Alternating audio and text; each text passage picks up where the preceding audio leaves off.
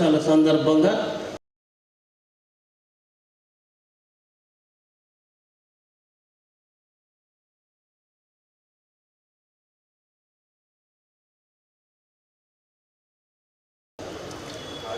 $50,000 కరపత్రాలు నలుమూల పంపిణీ చేయటం, ప్రచారం చేయటం,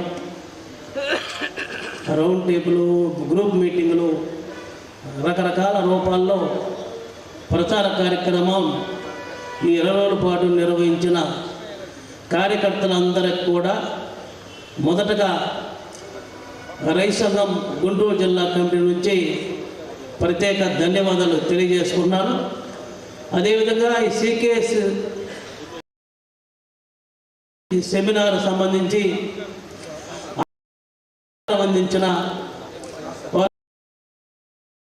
రైతు సంఘం జిల్లా కమిటీ నుంచి తెలియజేసుకుంటూ గుంటూరులో ఈ సికేఎస్ సమావేశాలు జరుపుకోవడానికి ప్రధాన ఉద్దేశం 3 నెలల పాటు ఢిల్లీ చుట్టుపక్కల అహోర దీక్షతోటి ఉద్యమం చేపట్టిన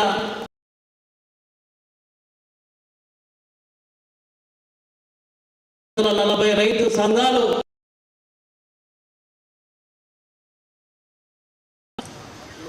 గుంటూరు జిల్లాలో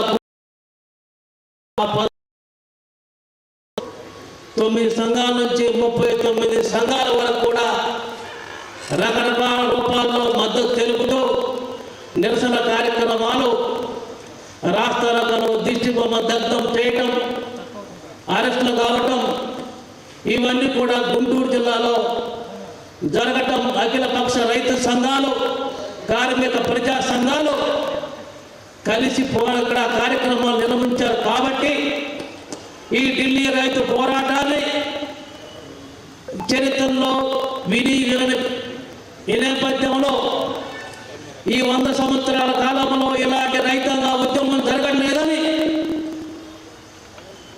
రైతు సీనియర్ ఉద్యమకారులు తెలియజెప్పడం జరిగింది. అలాంటి ఉద్యమాన్ని మనం చరిత్రలో గుర్తుండే విధంగా గుంటూరు జిల్లా అన్ని వైపులా ప్రచారం చేయడంతో పాటు ఇక్కడికి ఉన్న కొంతమంది కూడా ఢిల్లీ పోవడంలో కూడా పాల్గొనడం జరిగింది. నాతో సహా ఈ రాష్ట్రంలో కూడా నెలకి ఒక టీం చొప్పున ఢిల్లీలో పోరాట కార్యక్రమంలో పాల్గొనడం జరిగింది. అయితే అక్కడ పాల్గొన్న 540 రైతు సంఘాలు దళిత, బీసీ అన్ని ఐక్యమై ఒకే వేదిక మీద ఉండటం మేము చూసాం. వాళ్ళు చెప్పేది ఒకటే, ఆర్థికంగా కూడా సహాయం చేయడానికి మా రాష్ట్రం నుంచి వెళ్తే మీరు 2000 కిలోమీటర్ల నుంచి మా ఢిల్లీ కార్యక్రమానికి ఇచ్చేశారు మద్దతు తెలపడానికి. మీరు ఇక్కడ ఆర్థిక సహాయం చేయడం కంటే కూడా మీ ప్రాంతాల్లో, మీ జిల్లాలో, మీ రాష్ట్రాల్లో రైతాంగాన్ని చైతన్యపరచదని చెప్పేసి మాకు చెప్పడం జరిగింది. ఆ నేపథ్యంలో మా వంతుగా అఖిలపక్ష రైతు సంఘాలు అయితే రైతు సంఘాల కార్యకర్తలు కొద్దిగా ఎక్కువగా ఉండటం వల్ల లీడ్ చేసాం తప్పితే అన్ని సంఘాలు సమానంగా కార్మిక ప్రజా సంఘాలతో కలిసి ఈ గుంటూరులో నిర్వహించడం జరిగింది. ఈ 13 నెలల పాటు జరిగిన కార్యక్రమంలో ఏదైతే నరేంద్ర మోడీ తల ఒక్కి లిఖితపూర్వకంగా హామీ ఇచ్చాడో ఆ హామీ నిలబెట్టుకునే పరిస్థితి ఇప్పుడు కనిపించట్లేదు. దానికోసం మరొక ఉద్యమం రూపొందించడం కోసం ఈ సికేఎస్ సమావేశాలు చర్చలు జరుగుతున్నాయి. ఇంకా రకరకాల సమస్యలు అవన్నీ కూడా ఇప్పుడు జాతీయ నాయకులు ఇక్కడ తెలియపరుస్తారు. దానికి సంబంధించిన తెలుగు అనువాదం కూడా ఉంటుంది. మీరందరూ కూడా ఈ యొక్క కార్యక్రమాన్ని పూర్తి అయ్యేంత వరకు కూడా మీరు ఉంటారని చెప్పేసి కోరుకుంటూ ఈ యొక్క సదస్సు సెమినార్కు అధ్యక్షులుగా వి కృష్ణయ్య గారు, ఏపీ రైతు సంఘం రాష్ట్ర అధ్యక్షులు వేదికగా రావాల్సిందిగా ఆహ్వానిస్తున్నాం. అదేవిధంగా చీఫ్ గెస్ట్ ఉన్న comrade Hannan Mollah, ex-MP, all India Kisan Sabha general secretary, please come on dais. Comrade Hannan Mollah and Ashok Dhawale, all India Kisan president please come on dais. అదేవిధంగా మన రాష్ట్రానికి సంబంధం ఉండి తెలుగు వచ్చి జాతీయ లెవెల్లో సహా కార్యదర్శిగా ఉంటున్న విజు కృష్ణ గారిని కూడా వేదిక మీద రావాల్సిందిగా ఆహ్వానిస్తున్నాం. అదేవిధంగా సీనియర్ రైతు నాయకులు రైతు బాంధవులుగా పేరు తెచ్చుకొని ఉమ్మడి రాష్ట్రంలోనే జాతీయ లెవెల్లోనే జాతీయ ఉపాధ్యక్షులు ఉన్న సారంపల్లి మల్లారెడ్డి గారిని వేదిక మీద రావాల్సిందిగా ఆహ్వానిస్తున్నాం. అదేవిధంగా ఆహ్వాన సంఘం సంబంధించి ఈ ఏర్పాట్లు చూడటం కానీ ప్రచారం చేయటంలో కానీ శాసన మండలిలో కౌలు రైతుల వాణ్ణి వినిపిస్తూ రైతు పక్షపాతిగా పేరు పొందిన శాసన మండలి సభ్యులు కెఎస్ లక్ష్మణ గారిని వేదిక మీద రావాల్సిందిగా ఆహ్వానిస్తున్నాం. మన ఆహ్వాన సంఘానికి గౌరవ అధ్యక్షులు. అదేవిధంగా సైంటిస్టుగా ఉంటూ అనేక రూపాల్లో కార్యక్రమాలు నిర్వహించుకుంటూ అఖిలపక్ష రైతు సంఘాలు కలవటంలో కీలక భాగస్వామైన రిటైర్డ్ ప్రొఫెసర్ ఎన్ వేణుగోపాల్ గారు కూడా వేదిక మీద రావాల్సిందిగా ఆహ్వానిస్తున్నాం. అదేవిధంగా రైతు సంఘం రాష్ట్ర ప్రధాన కార్యదర్శి కామ్రేడ్ ప్రభాకర్ రెడ్డి గారిని కూడా వేదిక మీద రావాల్సిన ఆహ్వానిస్తున్నాం. అదేవిధంగా బాపట్ల జిల్లా కార్యదర్శి అధ్యక్షులు వేములపల్లి వెంకటరామయ్య గారు, అదేవిధంగా బాపట్ల కార్యదర్శి తలపనేని రామారావు గారిని కూడా వేదిక మీద ఆహ్వానిస్తున్నాం. పల్నాడు అధ్యక్ష కార్యదర్శులు గుంటుపల్లి బాలకృష్ణ గారు, వేపూరు గోపాలరావు గారిని వేదిక మీద రావాల్సిన ఆహ్వానిస్తున్నాం. అదే కౌలు రైతు సంఘం జిల్లా కార్యదర్శి బయనగారి శ్రీనివాసరావు, అదే వ్యవసాయ కార్మిక సంఘం జిల్లా కార్యదర్శి ఏమని అప్పారావు, అదేవిధంగా కార్మిక కర్షక ఐక్యతో సిఐటి జిల్లా కార్యదర్శి వై నేతాజీ గారిని కూడా వేదిక మీద ఆహ్వానిస్తున్నాం.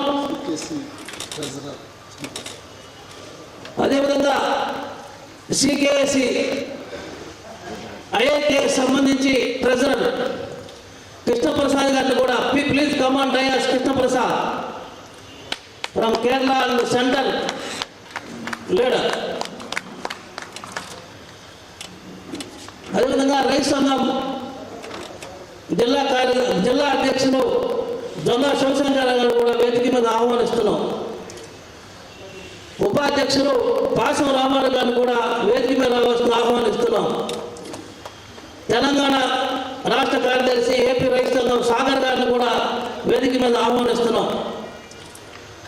అదేవిధంగా 5 రాష్ట్ర ప్రధాన కార్యదర్శి నర్రా వాస్ గారిని కూడా వేదిక మీద ఆహ్వానిస్తున్నాం. ఆవాజ్ రాష్ట్ర కార్యదర్శి మహమ్మద్ సిద్ది గారిని కూడా వేదిక మీద ఆహ్వానిస్తున్నాం.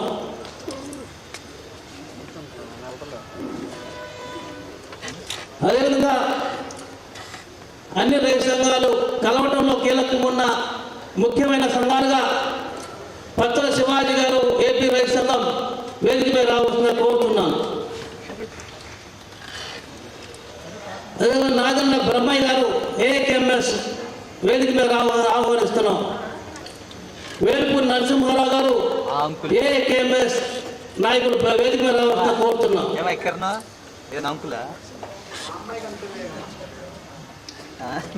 అదేవిధంగా కాలువ శ్రీధర్ గారు కిసాన్ ఫెడరేషన్ వేదిక మీద రావాల్సిందిగా ఆహ్వానిస్తున్నాం. పాటిపండ్ల కోటేశ్వర గారు వేదిక మీద రావాల్సిందిగా ఆహ్వానిస్తున్నాం. వేరువక్క రైతు సంఘం జిల్లా నాయకుడు. అదేవిధంగా మన యొక్క ఈ సదస్సుకు వింటర్ కోసం తెలుసుకోవడం కోసం ఇక్కడికి వచ్చారు. నల్లమ లక్ష్మారెడ్డి గారు జనచైతన్య వేదిక రాష్ట్ర అధ్యక్షులు లక్ష్మారెడ్డి గారు కూడా వేదిక మీద ఆహ్వానిస్తున్నాం. అదేవిధంగా ఇక్కడ ఈ జాతీయ నాయకులు ఇంగ్లీష్లో మాట్లాడతారు కాబట్టి తెలుగు అన్నపరెడ్డి కోటిరెడ్డి గారు మాజీ రైతు వ్యవసాయ కార్మిక సంఘ నాయకులు వారు కూడా వేదిక మీద రావచ్చు.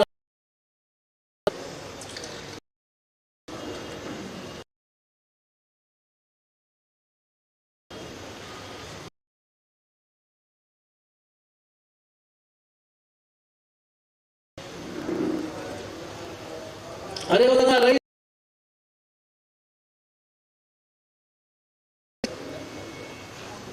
ఈ జిల్లాలో గుంటూరు జిల్లాలో ప్రధానంగా ప్రచారంతో భాగంగా రైస్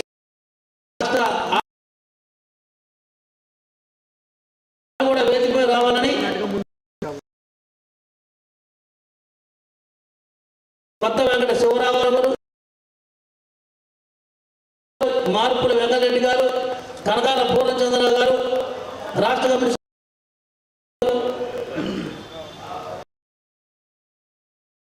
వాళ్ళు కూడా వేదిక వాళ్ళు కోరుతున్నారు. అదేవిధంగా నల్లమట రైతు సంఘం కొర్ర హరిబాబు గారిని కూడా వేదిక రావాల్సిన ఆహ్వానిస్తున్నాం.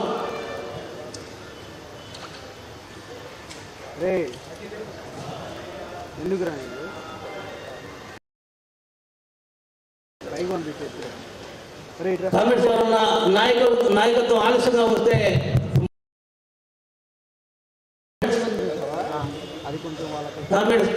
రైతు సోదరులారా ఆ వెనుకున్న వాళ్ళు ముందు వస్తే బాగుంటుంది. బయట ఉంటే లోపల రావాల్సిందిగా కోరుతున్నాం.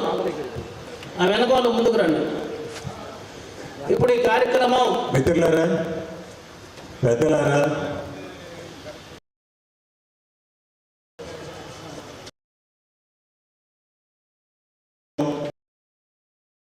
ఇతర రైతు పెద్దలు, మిత్రులు అందరికీ కూడా రైతు సంఘం ఆంధ్రప్రదేశ్ కమిటీ తరఫున స్వాగతం, సుస్వాగతం. ఈ సందర్భం ఏంటో, జరిగిన చరిత్ర ఏంటో, జరగబోయే కురుక్షేత్రం ఏంటో విషయాలన్నీ కూడా నాయకులు చెప్తారు. ఆలస్యంగా ఇప్పటికీ 4:30 అయింది కాబట్టి ముందు ప్రారంభంగా ఆల్ ఇండియా ప్రధాన కార్యదర్శి ఆనంద్ మల్లా గారిని ప్రారంభించాల్సిందిగా మాట్లాడాలని కోరుతున్నాను. I request committee Hannanji to speak first.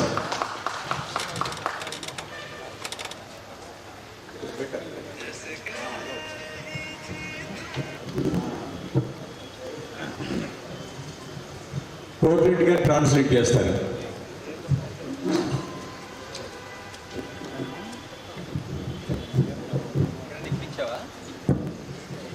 Comrade President and distinguished our All India President, Comrade Ashok Dharamji, our Joint Secretary, Comrade Biju Krishnanji, Krishna Prasadji, distinguished leaders of Kisan movement and democratic movement of Guntur, and all my friends and brothers and sisters. I am happy to come before you and inviting me in this seminar for discussing the agrarian crisis and our future role to face it, how to face it. You know, All India Kisan Sabha, this is the oldest and largest Kisan organization of India. 1936, when we were fighting for our freedom, in that freedom struggle, through that struggle, farmers were very much exploited. And mostly on the one side, feudal lords and landlords exploitation, moneylenders exploitation, and social exploitation on the one hand, and imperialist exploitation, that is the two-pronged exploitation was there, and Indian farmers along with the other democratic forces were fighting against these two dangers. And there are so many struggles during the British Raj, hundreds and hundreds of struggles.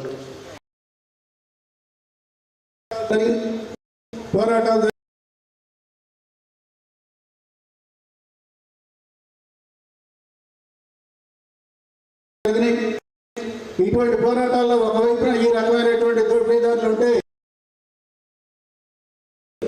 but there is no big organized Kisan movement in those days. But Kisan leaders in different states, they are trying to mobilize their farmers in their state or in district so that farmers movement can be given a organized shape in a larger scale. In that process, those local leaders, state leaders, they decided to form an all-India organization. In 1936, 11th April, in Lucknow AICC session, this AIKS was formed. Initially it was All India Kisan Congress, and in course of time, the name was changed to All India Kisan Sabha. So this All India Kisan Sabha was the first All India organization, organized Kisan movement in the history of India, and since then 1936 onwards, the bigger level, larger level organized Kisan movement started to move forward.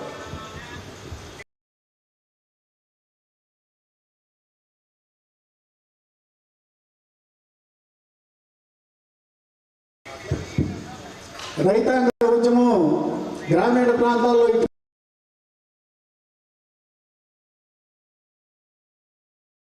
శక్తులకు వ్యతిరేకంగా సమీకృతమై స్థానికంగా ఉన్నటువంటి రైతాంగాన్ని, పేదలందరినీ కూడా ఈ పోరాటంలోకి సమీకరించింది. ఆ తర్వాత ఈ పోరాటం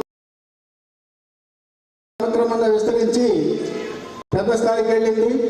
అటువంటి సందర్భంలో ఇటువంటి విడివిడి పోరాటాలన్నింటినీ కలిపి జాతీయ స్థాయిలో ఒక ఉద్యమాన్ని నిర్మించడానికి కోరుకున్నారు. ఆ విధంగా అఖిల భారత కిసాన్ సభ ఏర్పాటైంది.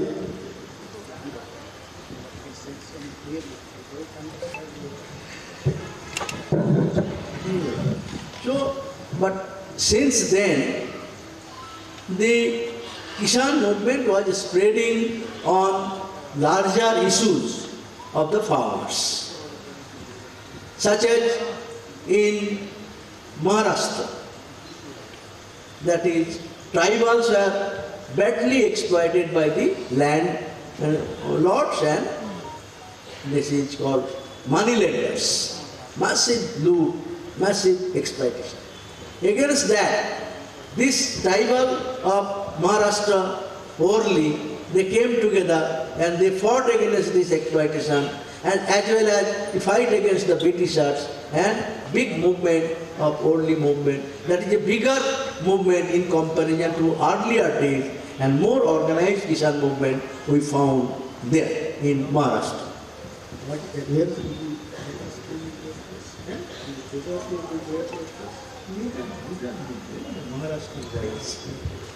Orli Kisan ఆ రకంగా ఈ సమస్యలు ఎదుర్కొంటున్నటువంటి, దోపిడీ గురవుతున్నటువంటి పేదలందరూ కూడా రైతాంగాన్నంతా కూడా సమీకరించి పెద్ద పోరాటాలు చేయడం జరిగింది. మహారాష్ట్రలో బిగార్ పోరాటం అనేది ఆ రకంగా జరిగింది. దీనిలో భూములైనటువంటి Suruma Valley movement in eastern India, Assam and eastern region.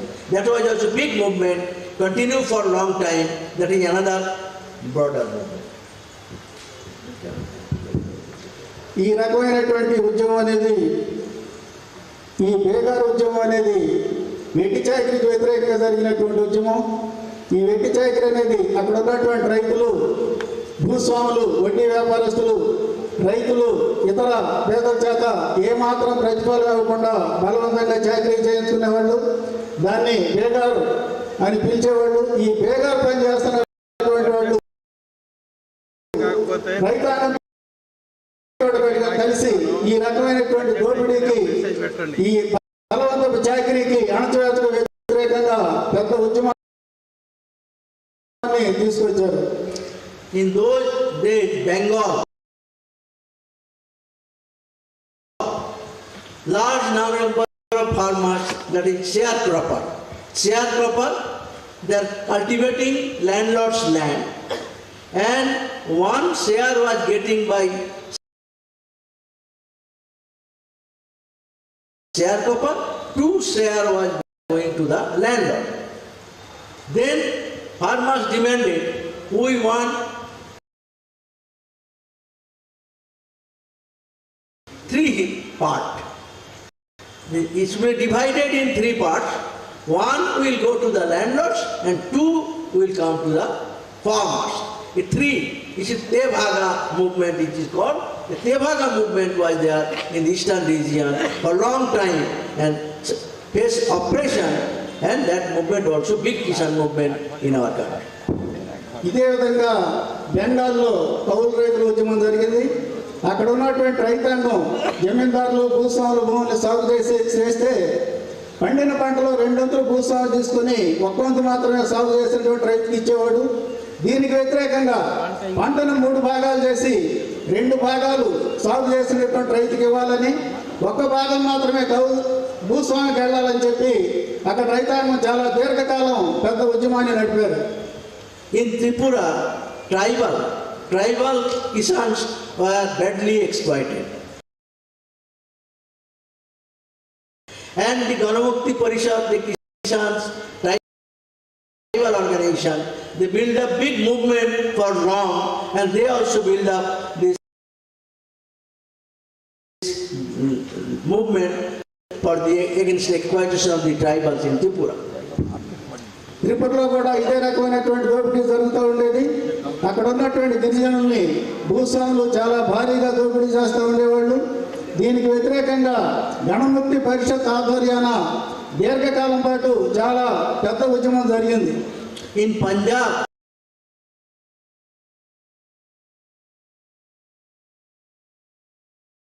farmers levied huge taxes on land, and Punjab farmers also started big battle.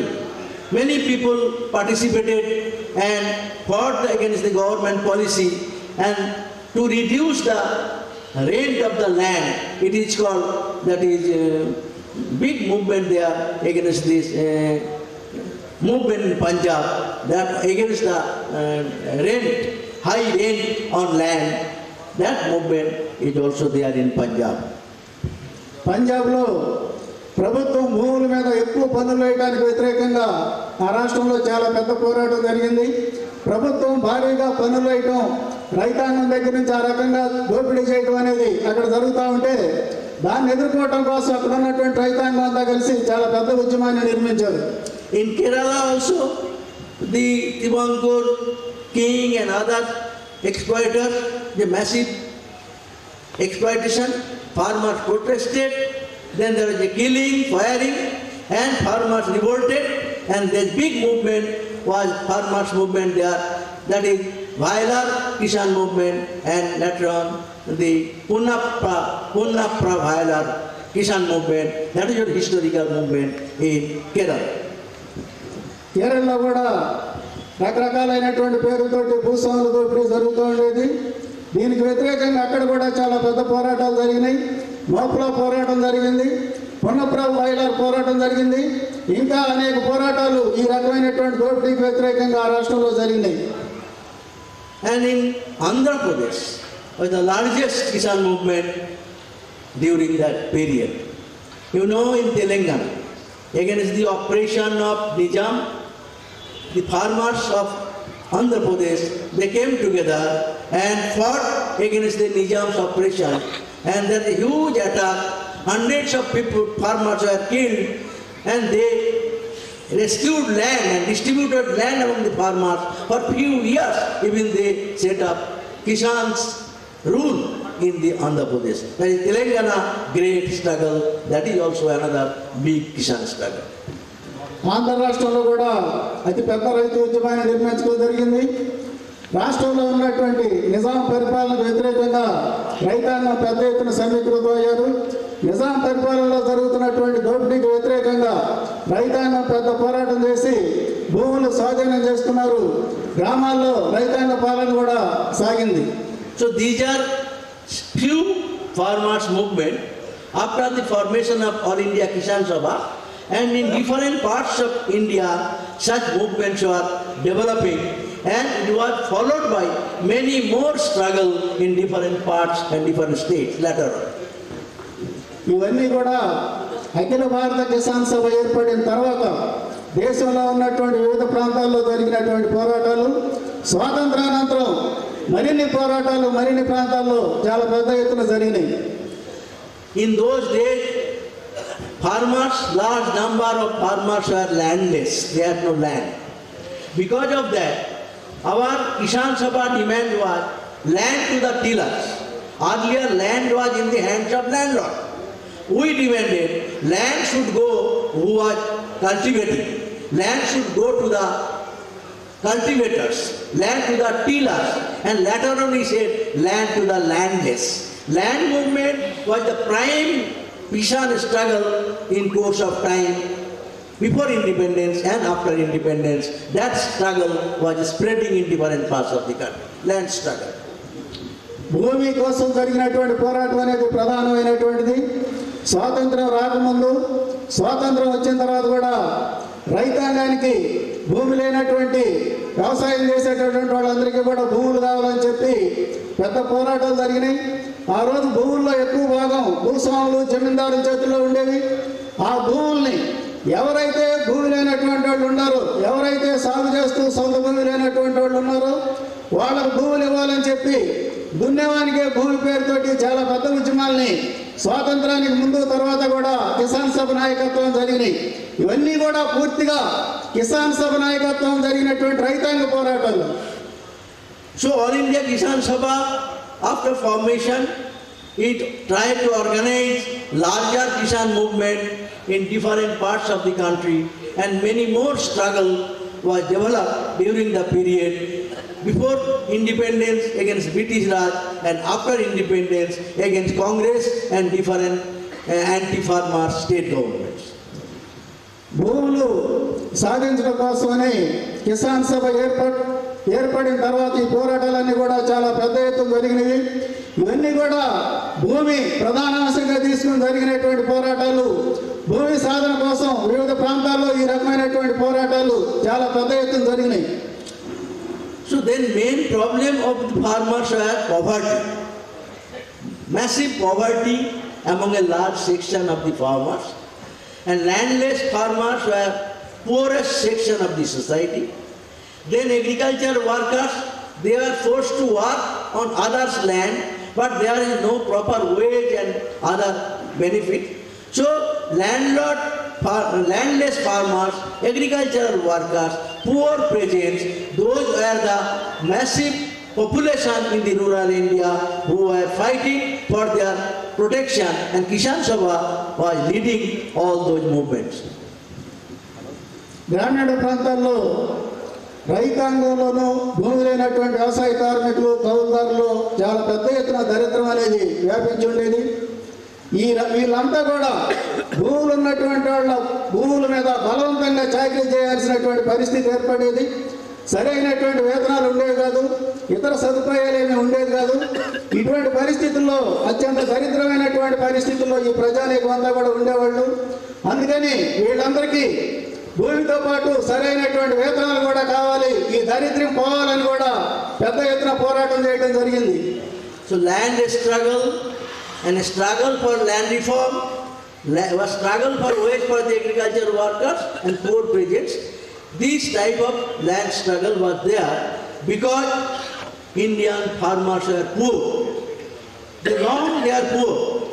Because of that, Kisan Sabha proposed that if the land reform is organized, if the landlord's land is taken and give to the landless, then large number of landless people will get land, and they will cultivate those land, and they will get their crops, they will get food from the land, and they will sell some products in the market, they will get some income, and in that process rural people, poor people, they will be able to purchase things, and market will expand, and for market you need new industry for market, supplying in the market, and in that way economic development will spread. That was the idea of పోరాటం చేసింది. దానిలో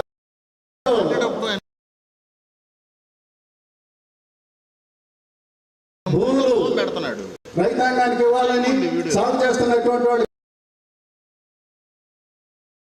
ఇవ్వాలని, వేతనాలు పెంచాలని, ఇతర సభ్యుల కోసం పోరాటం చేసింది. ఈ పోరాటం చేయడం అనేది కేవలం గ్రామీణ ప్రాంతంలో ఉన్నటువంటి వ్యవసాయ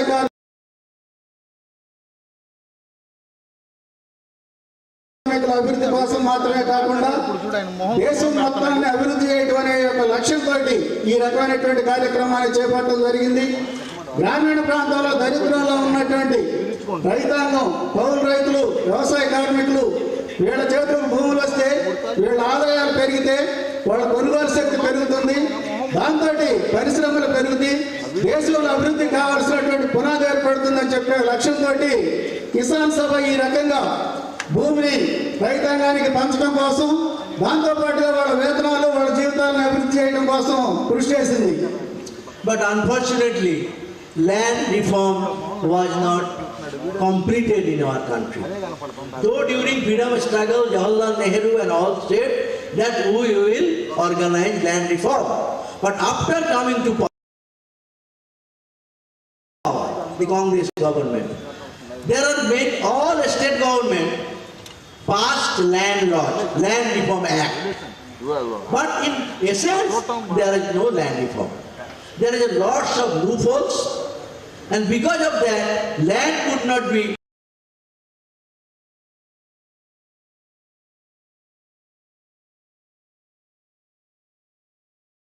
taken from the landlords.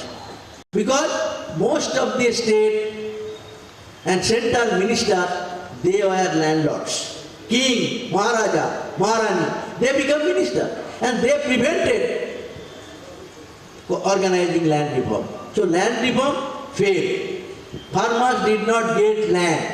Because of that, rural poverty remained, rural poor remained, and more small farmers losing land, they also started become landless. So number of landless, agricultural labor, poor peasant increased, and though to rural poverty after independence, it did not reduce further, it increased further. ఈ రకమైనటువంటి పోరాటాలు జరుగుతున్నటువంటి కాలంలో Congress party కూడా రైతాంగానికి భూములు ఇవ్వాలని, భూ సంస్కరణలు అని చెప్పి మాటలు చెప్పింది.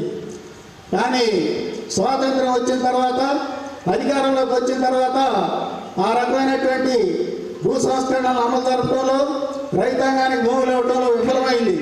దానికి కారణం ఏమిటంటే ఆ మంత్రివర్గాల్లో ఉన్నటువంటి వాళ్ళు, నాయకులుగా ఉన్నటువంటి వాళ్ళు అంతా భూస్వాములుగా ఉన్నారు. అందుకని వాళ్ళు భూ సంస్కరణలు అమలు జరగటం, పేదల చేతులకు భూములు రావడం వాళ్ళకి ఏమాత్రం ఇష్టం లేకుండా పోయింది. కాబట్టి భూ సంస్కరణలు అనేవి ఫెయిల్ అయినాయి. దాని ఫలితంగా గ్రామీణ ప్రాంతాల్లో దరిద్రం అలాగే కొనసాగుతూ ఉంది. దరిద్రులుగా ఉన్నటువంటి పేదల సంఖ్య కొనసాగుతూ ఉంది. ఇంకా పెరుగుతున్నటువంటి పరిస్థితి కూడా ఉంది. ఈ రకంగా భూ సంస్కరణలు విఫలమైనటువంటి ఫలితం గ్రామీణ ప్రాంతాల్లో కనిపిస్తూ ఉంది. Only small parts of India, that is Jammu Kashmir, West Bengal, Tripura, a little, and Kerala. In this area, there are some land reform, but that is very small part of India. Vast part of India, there is no land reform. Landlord remains. Land was concentrated in the hands of big landowners, and landless population continues to increase. That is the basic reason of poverty of the farmers in India. దేశంలో కొద్ది ప్రాంతాల్లో మాత్రమే భూ సంస్కరణలు అమలు జరిగినాయి. జమ్మూ కాశ్మీరు, త్రిపుర, బెంగాలు, కేరళ ఇటువంటి చోట్ల మాత్రమే భూ సంస్కరణలు అమలు జరిగినాయి. అక్కడ ఉన్నటువంటి కొద్ది భూమి మాత్రమే పేదల చేతుల్లోకి వెళ్ళింది. మిగతా విస్తారమైనటువంటి భారతదేశంలో భూ సంస్కరణలు అమలు జరగలేదు. భూమి రైతాంగం పేదల చేతికి రాలేదు. అందువల్లనే దరిద్రం అనేది ఇంకా కొనసాగుతున్నటువంటి పరిస్థితి ఉంది. In that situation, All India Kisan Sabha continued the land struggle. Along with that, other demands of the farmers also we took up. Because we knew that rural poverty, farmers are poor and they are indebted. There was one saying in the country that farmers of India born with loan, live with loan and die living the loan for the next generation. This is the Indian farmer's fate.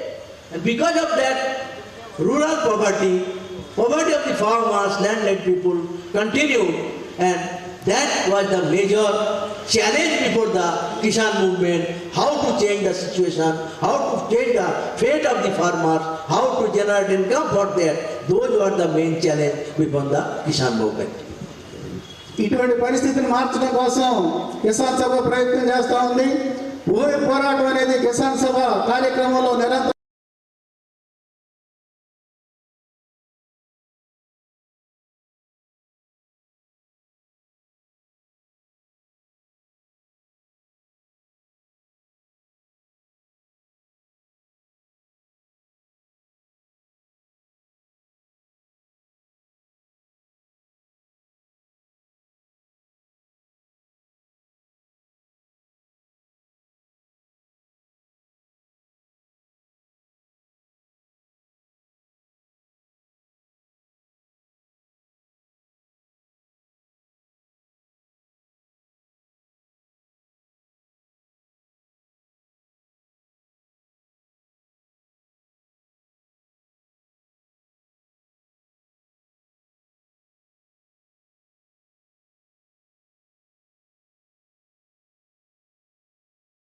సభ కార్యక్రమంలో నిరంతరం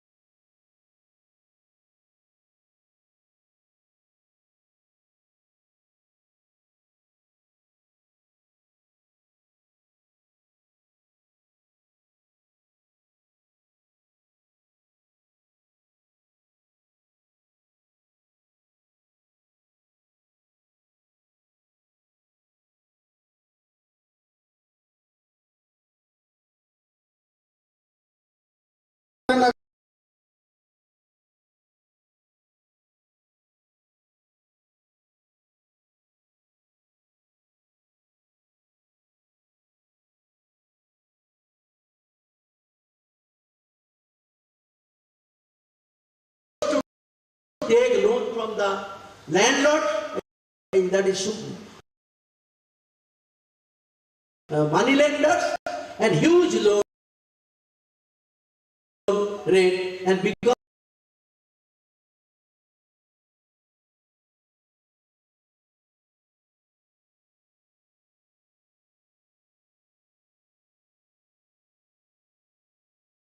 of that pressure of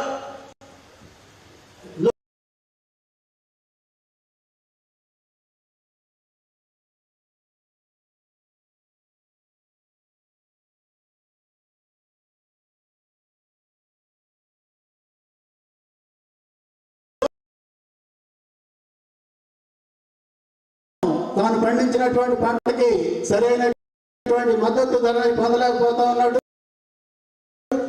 పండించినటువంటి పంటని ప్రభుత్వం తీసుకోవడం అనేది కూడా లేకుండా పోయింది, కొనుగోలు చేయడం అనేది కూడా లేకుండా పోయింది. దాంతోపాటు రైతులు ప్రభుత్వ సంస్థలో బ్యాంకుల దగ్గర కాకుండా ప్రైవేట్ రుణాలు ఎక్కువ మంది చేయాల్సినటువంటి పరిస్థితి ఏర్పడతా ఉంది. ఎక్కువ వడ్డీకి రుణాలు తీసుకుంటా ఉన్నారు. దీని ఫలితంగా రైతాంగం మీద పెద్ద భారం పడతా ఉంది. వ్యవసాయ రంగం అంతా కూడా సంక్షోభంలో పోతా ఉంది. ఈ సంక్షోభ ఫలితంగా రైతాంగం ఆత్మహత్యలు చేసుకోవటం పెరిగింది. గత 18 సంవత్సరాల కాలంలో 4 లక్షల మంది రైతులు ఆత్మహత్యలు చేసుకున్నారు. ఇప్పటికి కూడా రోజుకు 50 మంది రైతులు ఆత్మహత్యలు చేసుకున్నటువంటి పరిస్థితి ఉంది. Instead of solving the crisis, the government policy, agrarian policy, only intensified the crisis. How it have done? You know, farmers are demanding that they should get proper price of their crops. But government is deciding the price which is less than cost of production. And that is the one of the reason of losses for the farmers. Farming become loss-making venture because of the government venture policy. And loan is increasing and money lenders are pressurizing for repayment and creating trouble in their life. In that situation, farmers only went for suicide because they cannot find any way. So we Kisan Sabha demanded, and other Kisan organizations also demanded, that if we want to save India, we have to save farmer. Farmer is the Annadata. If they are protected, only country will be protected. So we demanded farmers' interest should be taken up. What to do? First, farmers, all crops should be given proper price. What is the proper price? Expenditure plus 50%. If 100 rupees is cost of production, 50% profit, 150 rupees is the price. 1.5 times. That is Swaminathan's recommendation. And we say one time loan waiver should be given so that in future farmers are come out of the loan trap, and then only farmer suicide will reduce. These are the demands of the farmers for solving the agrarian crisis. ఈ రోజు ఈ సంక్షోభం అనేది తగ్గాలంటే రైతాంగం పంటలకు మద్దతు ధరలు రావడం అనేది తప్పనిసరి. కానీ దాన్ని ప్రభుత్వం సక్రమంగా ప్రకటించడం కానీ అమలు జరపడం కానీ చేస్తున్నటువంటి పరిస్థితి లేదు. ప్రభుత్వం ఈరోజు రైతాంగానికి సక్రమైనటువంటి ధరలు రావాలంటే రైతు పెట్టినటువంటి ఖర్చు మొత్తం మీద 50% అదనంగా కలిపి 150% తోటి మద్దతు ధరలను నిర్ణయించాలి. ఇది అన్ని పంటలకి ప్రభుత్వం ఈ రకంగా నిర్ణయించాలి. ఆ రకంగా నిర్ణయించినప్పుడే రైతాంగాన్ని రక్షించడం అనేది, వ్యవసాయ సంక్షోభాన్ని అధిగమించడం అనేది సాధ్యమవుతుంది. ఈరోజు ఆ రకంగా లేకపోవడం వలన రైతాంగం మద్దతు ధరలు పొందలేక అప్పుల పాలై సంక్షోభంలో చిక్కుకొని రుణం పెరిగిపోవడంతో ఆత్మహత్యలు చేసుకునేటటువంటి పరిస్థితి ఏర్పడుతూ ఉంది. అది తప్పాలంటే, అటువంటి పరిస్థితిలో మార్పు రావాలంటే ప్రభుత్వం 50% అదనంగా నిర్ణయించి మద్దతు ధరలు నిర్ణయించడం అనేది అత్యవసరం. ఆ రకంగా చేస్తేనే రైతాంగాన్ని కాపాడటం సాధ్యమవుతుంది. ఈరోజు భారతదేశాన్ని కాపాడాలని అంటున్నాం. భారతదేశాన్ని కాపాడాలంటే మొదటగా రైతును కాపాడాలి. రైతును కాపాడటంతోనే భారతదేశాన్ని కాపాడటం సాధ్యమవుతుంది.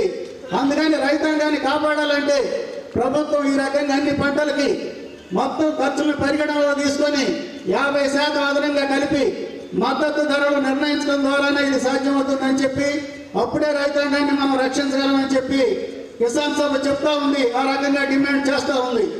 ఈ రకమైనటువంటి సంక్షోభం ఈ రకంగా నిర్ణయించకపోవడానికి, సంక్షోభం పెరగడానికి ప్రభుత్వం అనుసరిస్తున్నటువంటి విధానాలు కారణమవుతూ ఉన్నాయి. అందుకని అటువంటి విధానాలను పక్కన పెట్టి ఈ రకంగా రైతాంగానికి అనుకూలమైనటువంటి విధానాలను ముందుకు తీసుకురావాలి. Then BJP was growing strength and Narendra Modi came as the leader. He promised in 400 public meeting that if I become Prime Minister, I will ensure minimum support price, MSP.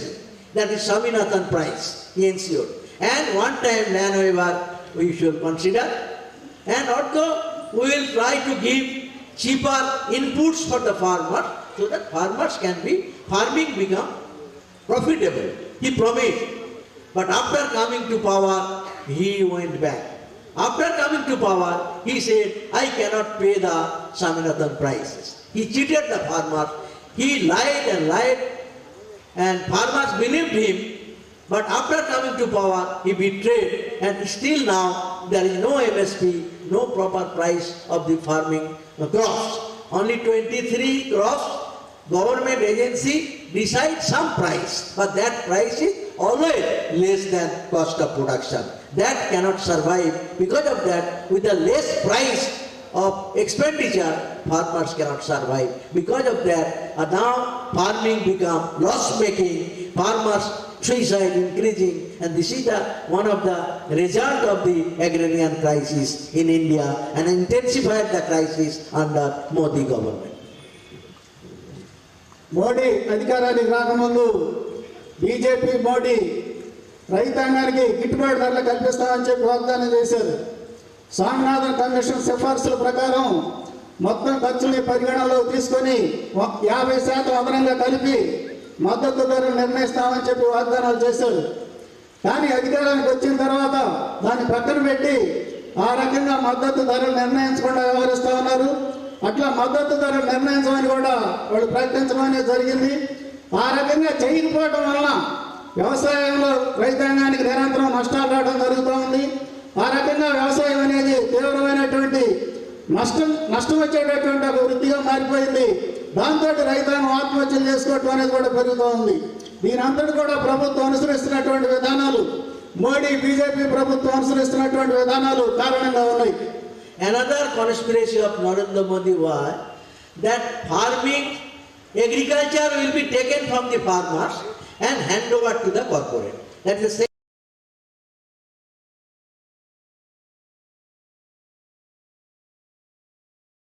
second conspiracy.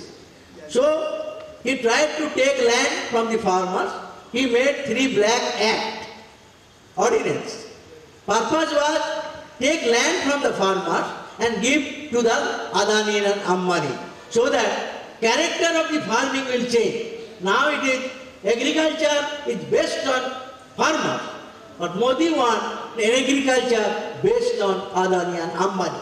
All agricultural operations will go to the corporate and farmers will become slaves in their land. This is the main policy, agrarian policy of Narendra Modi. Against which we are fighting. Kisan Sabha, SKM, all organizations we are fighting.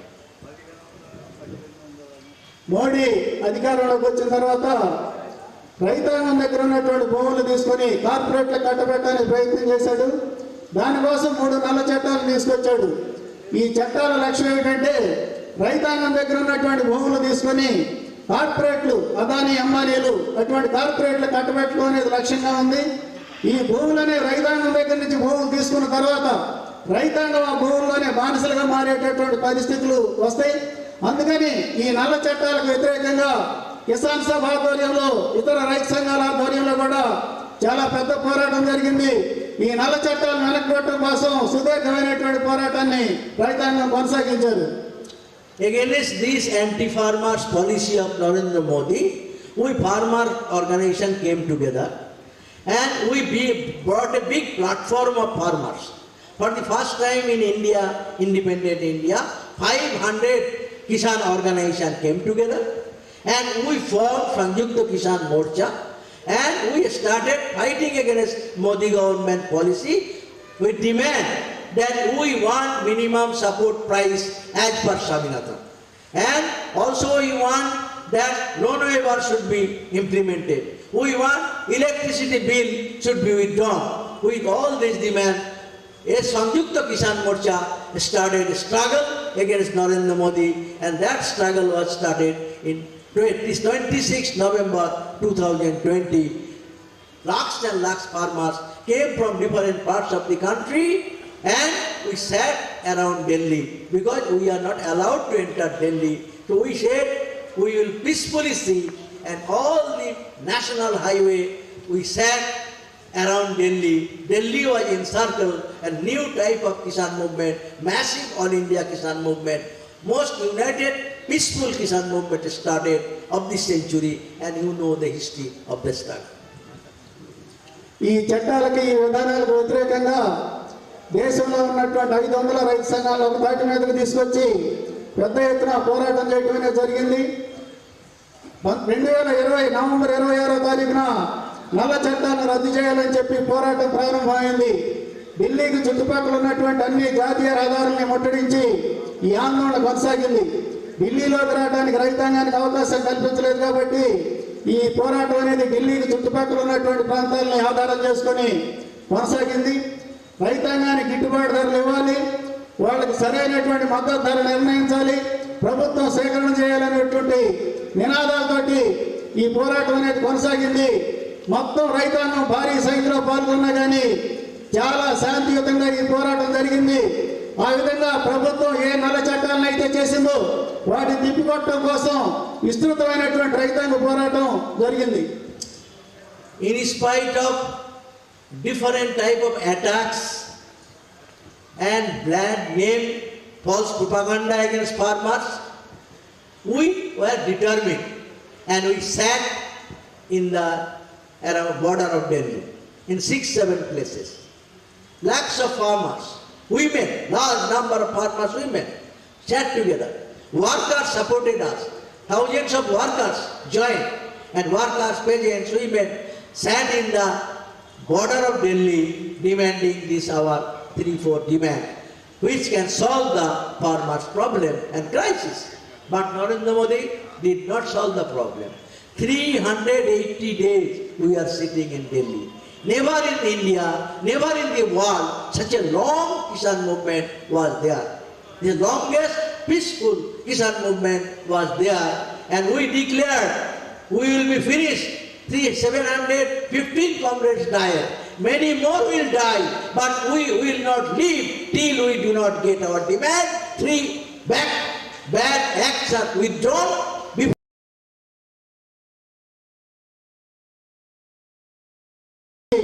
ఈ పోరాటంలో కలిసి మద్దతుని తెలియజేశారు. ఈ మొత్తం ఈ 3-4 డిమాండ్లు ఏవైతే ఉన్నాయో ఈ డిమాండ్లు నెరవేర్చిందాక ఈ పోరాటాన్ని ఉపసంహరించమని చెప్పి మేము స్పష్టం చేశాం. పోరాటం జరుగుతున్నటువంటి క్రమంలో 750 మంది కామ్రేడ్స్ రైతాంగం అక్కడ మరణించారు. ఇంకా అనేక మంది మరణించినా సరే నల్ల చట్టాలను వెనక్కి తీసుకునేదాకా పోరాటాన్ని ఉపసంహరించమని చెప్పి మేము ప్రభుత్వానికి హెచ్చరిక చేయడం జరిగింది. ఆ రకంగా మొత్తం ఈ పోరాటం చాలా పెద్ద ఎత్తున జరిగినటువంటి ఫలితంగా చివరికి ప్రభుత్వం దిగిరావాల్సినటువంటి పరిస్థితి ఏర్పడింది. And because of the unity of farmers, they tried to divide us, Hindu, Muslim, caste, community, language, they used to divide us. But farmers said, whatever may my religion, whatever may my caste, whatever may be my language, we are Kisan. Only one Kisan. And Kisan will fight for their interest. And because of that,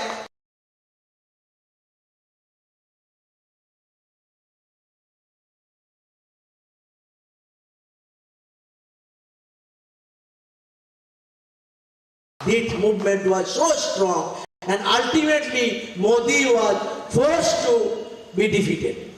On 19 November 2018, he declared that I am withdrawing the Black Act. He was defeated. People thought Modi cannot be defeated, but farmers said that if we are united and if we are sincere, we can defeat any enemy, whatever it is take. And Kisan movement has proved that victory, and that victory is the biggest victory of democratic movement after independence in our country. ఆ రకంగా మొత్తం రైతాంగాన్ని ఐక్యం చేయడం కోసం కులాలు మతాలతో నిమిత్తం లేకుండా రైతాంగాన్ని సమీకరించడం జరిగింది. కులాలు మతాలు ఇతరత్ర విభేదాలు ఏవి కూడా రైతాంగం మధ్యలోకి రాలేదు. ఏ కులమైనా ఏ మతమైనా మేమంతా రైతాంగం అని చెప్పి రైతులంతా కూడా మేమంతా ఒక్కటని చెప్పి నిర్ణయించడం జరిగింది. ఆ రకంగా సమైక్యంగా రైతాంగం జరిపినటువంటి పోరాటంతో మోడీ దిగిరావాల్సి వచ్చింది. మోడీని ఓడించడం జరిగింది. 3 నల్ల చట్టాలని మోడీ ఉపసంహరించుకునేటట్టుగా ఈ రైతాంగ ఐక్యత అనేది ముందుకు తీసుకెళ్ళింది. ఆ రకంగా మోడీ దిగొచ్చి 3 నల్ల చట్టాలని ఉపసంహరించుకోవాల్సినటువంటి పరిస్థితి ఏర్పడింది. ఆ రకంగా రైతాంగం మోడీ ప్రభుత్వం మీద మొదటి దెబ్బ బలమైనటువంటి దెబ్బ కొట్టింది. స్వాతంత్రానంతరం ప్రభుత్వం ఎదుర్కొన్నటువంటి అతిపెద్ద పరాజయం ఏదంటే నల్ల చట్టాలను ఉపసంహరించుకోవడం అనేది, రైతాంగం యొక్క పోరాట ఫలితంగా అది జరగడం అనేది ముఖ్యమైనటువంటి విషయం అనేది మనకి స్పష్టంగా తెలుస్తూ ఉంది. Narendra Modi was forced to withdraw 3 Black Act. It is good, but many more important demands are not met. We have not yet got MSP and procurement guarantee. We have not yet got electricity bill withdrawal. We have not yet got loan waiver. We have not yet got the financial assistance to the martyr's family. We have not yet got the withdrawal of false cases. And we have not yet that criminal minister who ran over 4 Kisans in Lakhimpur Kheri, killed them. He is not yet removed from the ministry. So all these demands are pending. Government assured in writing that afterwards they will talk to us and solve this problem. Now 11 months passed, there is no meeting, no solution of the problem.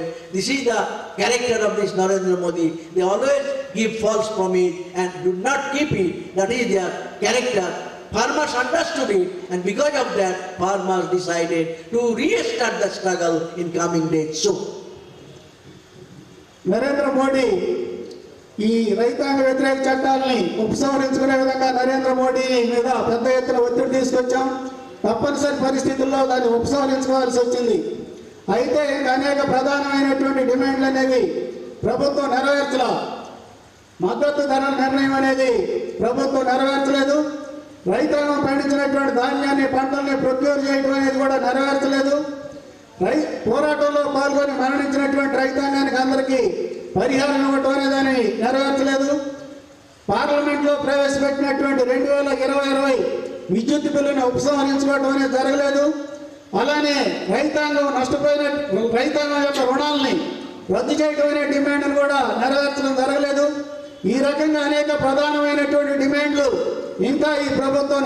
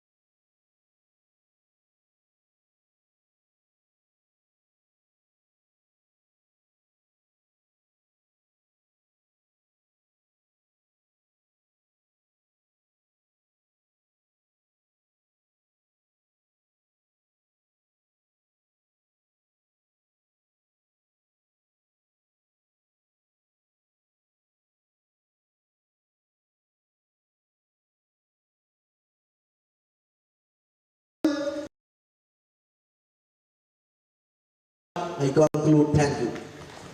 చివరగా నేను చెప్పొచ్చేది ఏంటంటే ఈ రకమైనటువంటి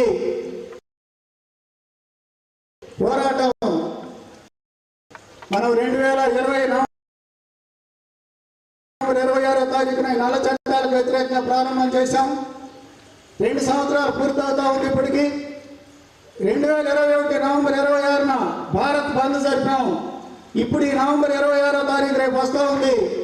ఈ సందర్భంలో అన్ని రాష్ట్రాల్లోనూ రాజ్భవన్లకి ప్రదర్శన నిర్వహించి మన డిమాండ్లన్నింటినీ అక్కడ ఉన్నటువంటి గవర్నర్లకు సమర్పించాలని, ఈ డిమాండ్లన్నింటినీ తప్పనిసరిగా అమలు చేయాలని చెప్పి డిమాండ్ చేయాలని చెప్పి మన కార్యక్రమాన్ని నిర్ణయించాం.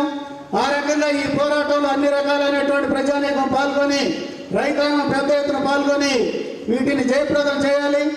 ఈరోజు ఆ రకమైనటువంటి పోరాటాన్ని మనం చేసి ఈ ప్రభుత్వాలు కానీ దాన్ని నెరవేర్చకపోతే, ఈ డిమాండ్లు నెరవేర్చకపోతే రానున్నటువంటి రోజుల్లో మరింత పెద్ద ఎత్తున ఈ పోరాటాన్ని ముందుకు తీసుకెళ్తామని చెప్పి మనం చెప్పాల్సినటువంటి అవసరం ఉంది.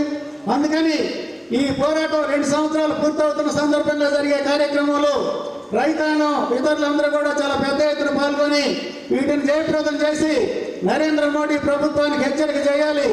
మన డిమాండ్లన్నింటినీ కూడా నరేంద్ర మోడీ ఈ నిరంకుశ ప్రభుత్వం నుంచి మనం లాక్కోవాలి, సాధించుకోవాలి. ఆ రకంగా సాధించడం కోసం నవంబర్ 26వ తారీఖు జయప్రదం చేయాలని, తర్వాత జరిగే పోరాటాల్లో మీరంతా కూడా పెద్ద ఎత్తున పాల్గొనాలని చెప్పి మనవి చేస్తూ మీ దగ్గర నుంచి సెలవు తీసుకుంటా ఉన్నాను.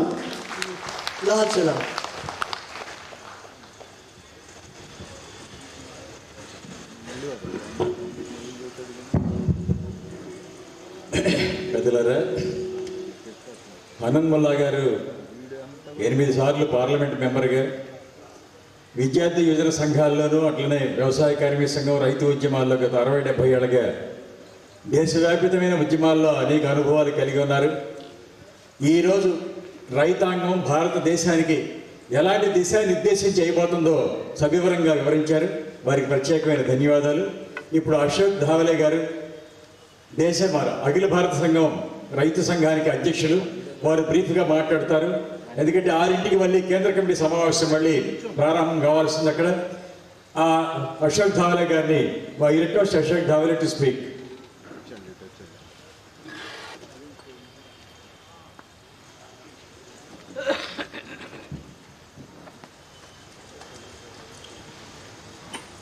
సోదరి సోదరులరా, మీ అందరికీ విప్లవ అభినందనాలు.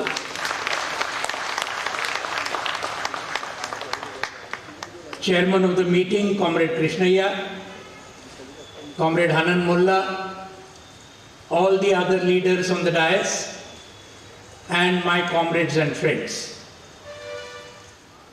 Right in the beginning, we are all very happy that we are in a very historic land of Andhra Pradesh,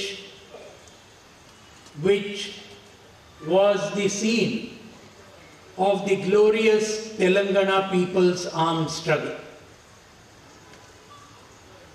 The Telangana people's armed struggle was the most historic farmer struggle in the pre- and post-independence period. Just after that, 10 lakh acres of land was distributed. 3,000 villages were liberated in 3 districts. 4,000 farmers were martyred. And this struggle was led by our legendary leaders, Comrade P. Sundaraya, Comrade M. Basavapunnaya, and many, many others.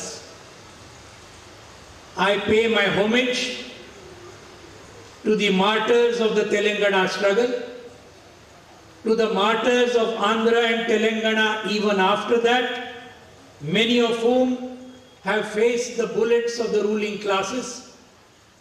And I pay my homage to all these leaders, and especially leaders from Guntur district, Comrade L.B. Gangadhar Rao, Comrade Moturu Hanumant Rao, Comrade Koratala Satyanarayan, all of them coming from Guntur district, where we are now having this meeting. There was another big leader from Guntur district who was earlier the first General Secretary of the All India Kisan Sabha and who later became President, and that is N.G. Ranga, was also a big peasant leader from Guntur district of Andhra Pradesh.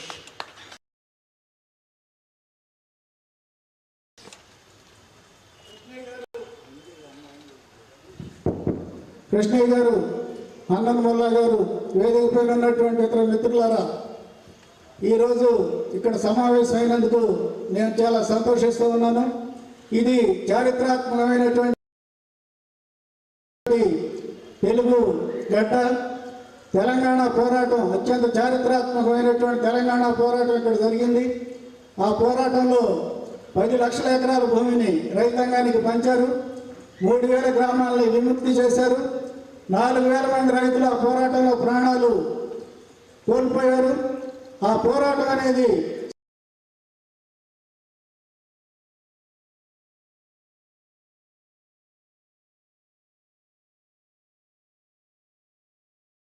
స్వాతంత్రానికి ముందు, స్వాతంత్రం తర్వాత కూడా జరిగింది. ఆ పోరాటానికి మన గొప్ప నాయకులైనటువంటి సుందరయ్య గారు, బసవపున్నయ్య గారు లాంటి వారు అనేక మంది ఆ పోరాటానికి నాయకత్వం వహించారు. ఆ పోరాటంలో అనేక మంది మరణించారు. ఆ పోరాటంలో మరణించినటువంటి వారందరికీ కూడా నేను శ్రద్ధాంజలి ఘటిస్తా ఉన్నాను.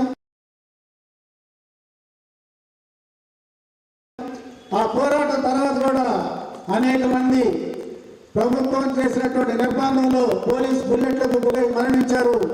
వారందరికీ కూడా నేను శ్రద్ధాంజలి ఘటిస్తూ ఉన్నాను.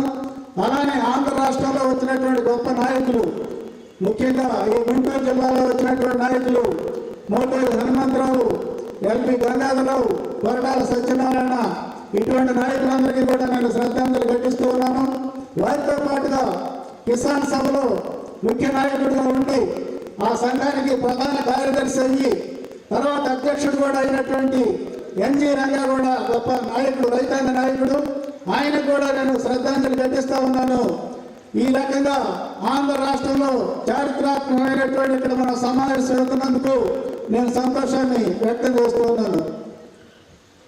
Comrades and friends, I also want to pay homage to a very legendary women peasant leader of Andhra and Telangana, Comrade Mallu Swarajyam, who passed away a few months ago.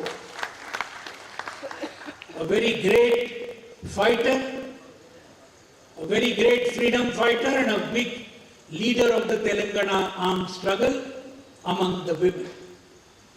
We are today having this public meeting on a historic day, 19th November.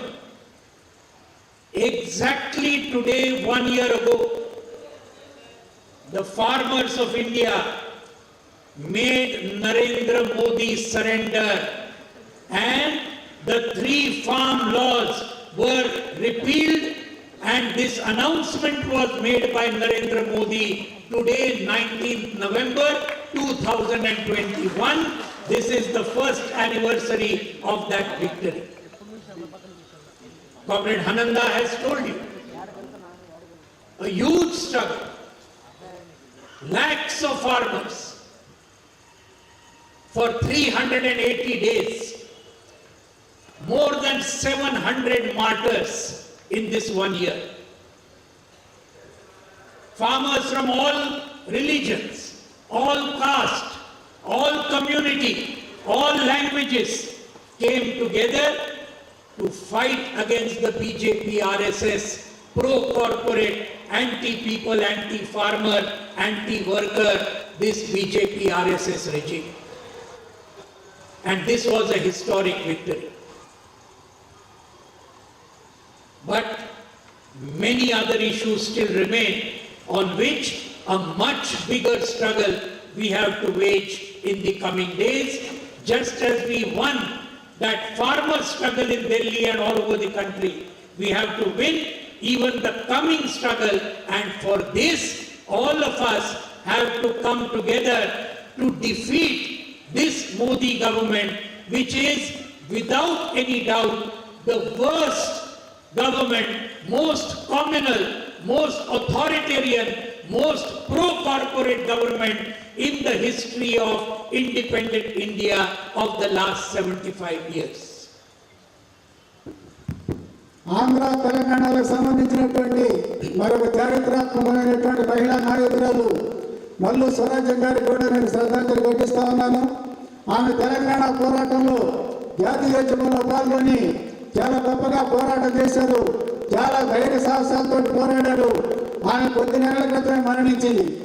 ఆమెకు కూడా నేను శ్రద్ధాంజలి ఘటిస్తూ ఉన్నాను. అలానే ఈ November 19 అనేది చాలా ప్రాముఖ్యత కలిగినటువంటి రోజు.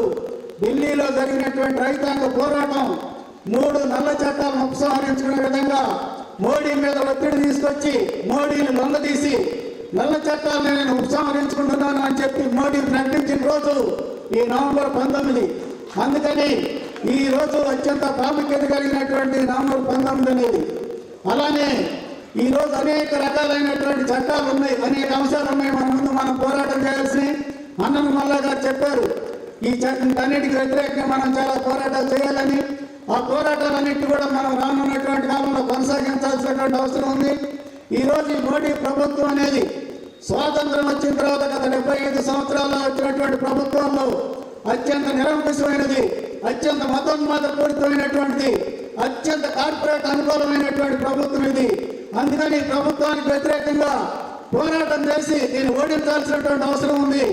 రైతాంగ ఉద్యమంలో ఏ రకంగా అయితే కులాలతోటి మతాలతోటి నిమిత్తం లేకుండా విభేదాలతో ఏ రకమైనటువంటి విభేదాలతోటి నిమిత్తం లేకుండా ఐక్యంగా పోరాటం చేసి ఏ రకమైతే నరేంద్ర మోడీని లొంగదీశామో, నల్ల చట్టాలు మొత్తం చేశామో, అదేవిధంగా రానున్న పోరాటాల్లో కూడా ఐక్యంగా పోరాటాలు చేసి ఈ ప్రభుత్వాన్ని లొంగదీయాలి. This BJP RSS government in the last 8 years has destroyed the country. It has destroyed the people of our country. Some examples. Today I got a phone call from our journalist friend of the Hindu. He told me he got latest figures. The Kisan Sabha of the Prime Minister, which was given to farmers, 6,000 rupees per year, nothing much. In 2019 the scheme started.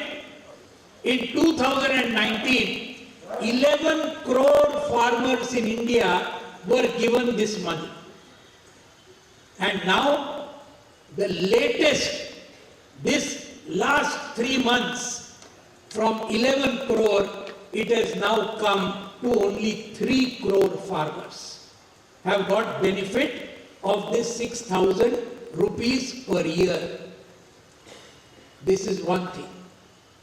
Narendra Modi had said in 2016, farmers' income is going to be doubled in the next 6 years until 2022. We are now coming to the end of 2022 and farmers' income has not doubled, it has actually become nearly half. I was in Guntur a few months ago. Guntur is known for the chili crop, very famous all over India. And when I had gone to one of our Ongol, they told me this time the chili crop was destroyed by pest attack and farmers suffered. And what is the cost of production of chili? 1 lakh rupees per acre. Farmer has given 1 lakh rupees per acre, entire chili crop destroyed, farmers finished, no crop insurance benefit, no help from the government. This is the situation not only of Guntur farmers, but of farmers all over India under the Modi regime. నేను ఇక్కడికి వచ్చిన తర్వాత ఒక journalist మిత్రుడు phone చేశాడు. కిసాన్ సమ్మాన్ నిధికి సంబంధించినటువంటి తాజాగా వచ్చినటువంటి అంకెలను ఆయన తీసుకున్నాడు. కిసాన్ సమ్మాన్ నిధి కింద ప్రతి రైతుకి సంవత్సరానికి 6,000 రూపాయలు ఇస్తామని చెప్పి 2019లో దీన్ని ప్రభుత్వం ప్రారంభించింది. అప్పుడు 11 కోట్ల మందికి ఇచ్చామని చెప్పి ప్రభుత్వం ప్రకటించింది.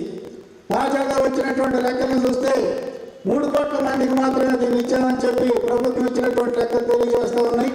అంటే పథకాన్ని ఏ రకంగా దిగజార్చారనేది, ఎంత తక్కువ మందికి ఇస్తున్నారు, ఎంత తక్కువ మొత్తం వచ్చి సరిపెడుతున్నారు అనేది స్పష్టమవుతా ఉంది. అలాగే 2016లో నరేంద్ర మోడీ రైతాంగం యొక్క ఆదాయాన్ని రెట్టింపు చేస్తాం 2024 అని చెప్పాడు. 2022 వచ్చింది. ఇప్పుడు చూస్తే రైతాంగం యొక్క ఆదాయాలు పెరిగినటువంటి పరిస్థితి లేదు. ఆనాడు ఉన్నటువంటి ఆదాయాలు కూడా ఇంకా తగ్గిపోయినటువంటి పరిస్థితి ఉంది. ఈ ప్రభుత్వం సృష్టించినటువంటి విధానాల వలన ఆ రకంగా ఆదాయాలు పెరగకపోగా తగ్గినటువంటి పరిస్థితి ఉంది. అందుకని ఈ రకమైనటువంటి పరిస్థితి నరేంద్ర మోడీ ప్రభుత్వంలో అమలు జరుగుతూ ఉంది. అంతేకాకుండా నేను ఈ మధ్యనే ఒంగోలు మిర్చి రైతుల సదస్సులో పాల్గొనడానికి వెళ్ళాను. ఆ రోజు అక్కడ పాల్గొన్న సందర్భంలో రైతాంగం చెప్పి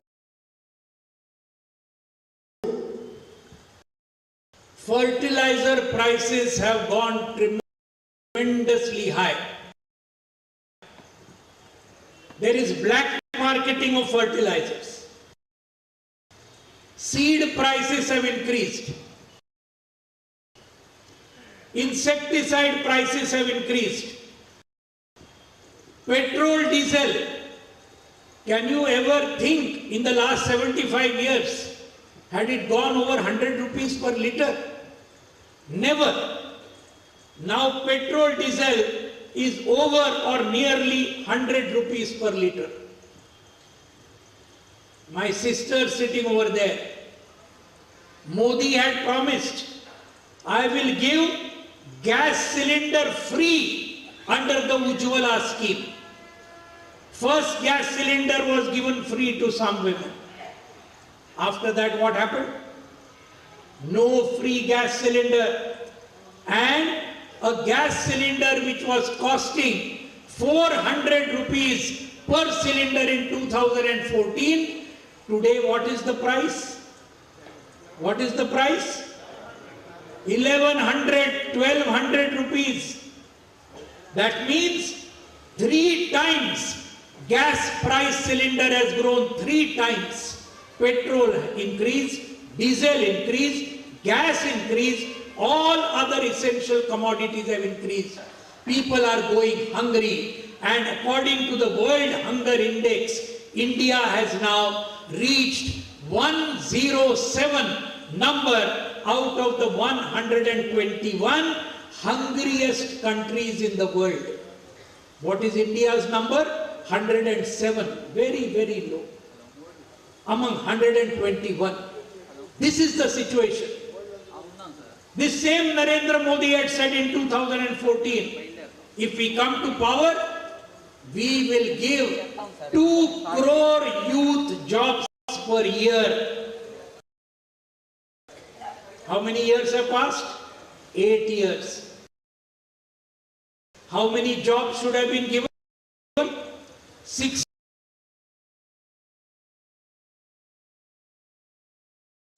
crore. How many have been given? What are the latest figures? In 2013, 44 crore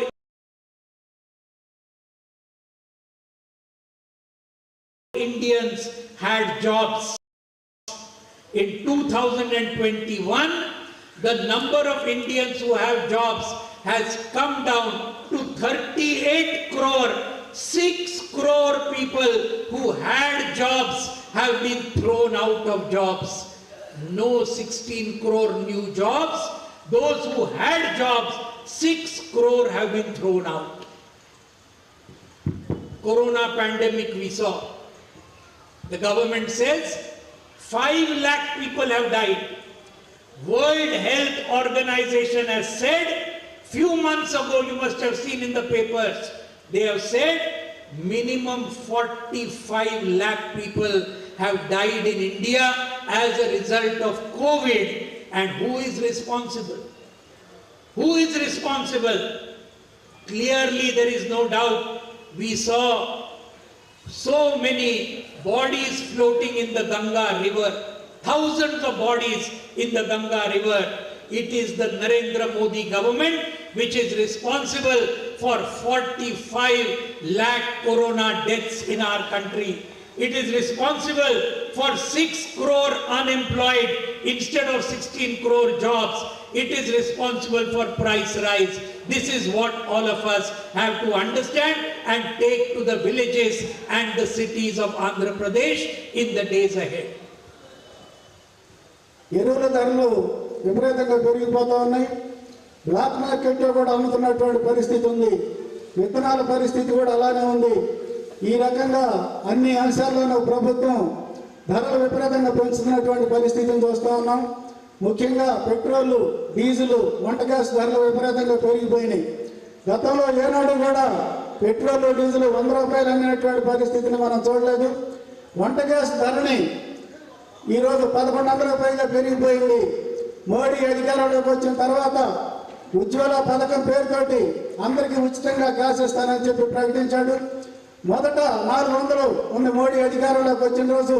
కానీ ఈనాడు చూస్తే 1100కి వంట గ్యాస్ ధర పెరిగిపోయినటువంటి పరిస్థితి ఉంది.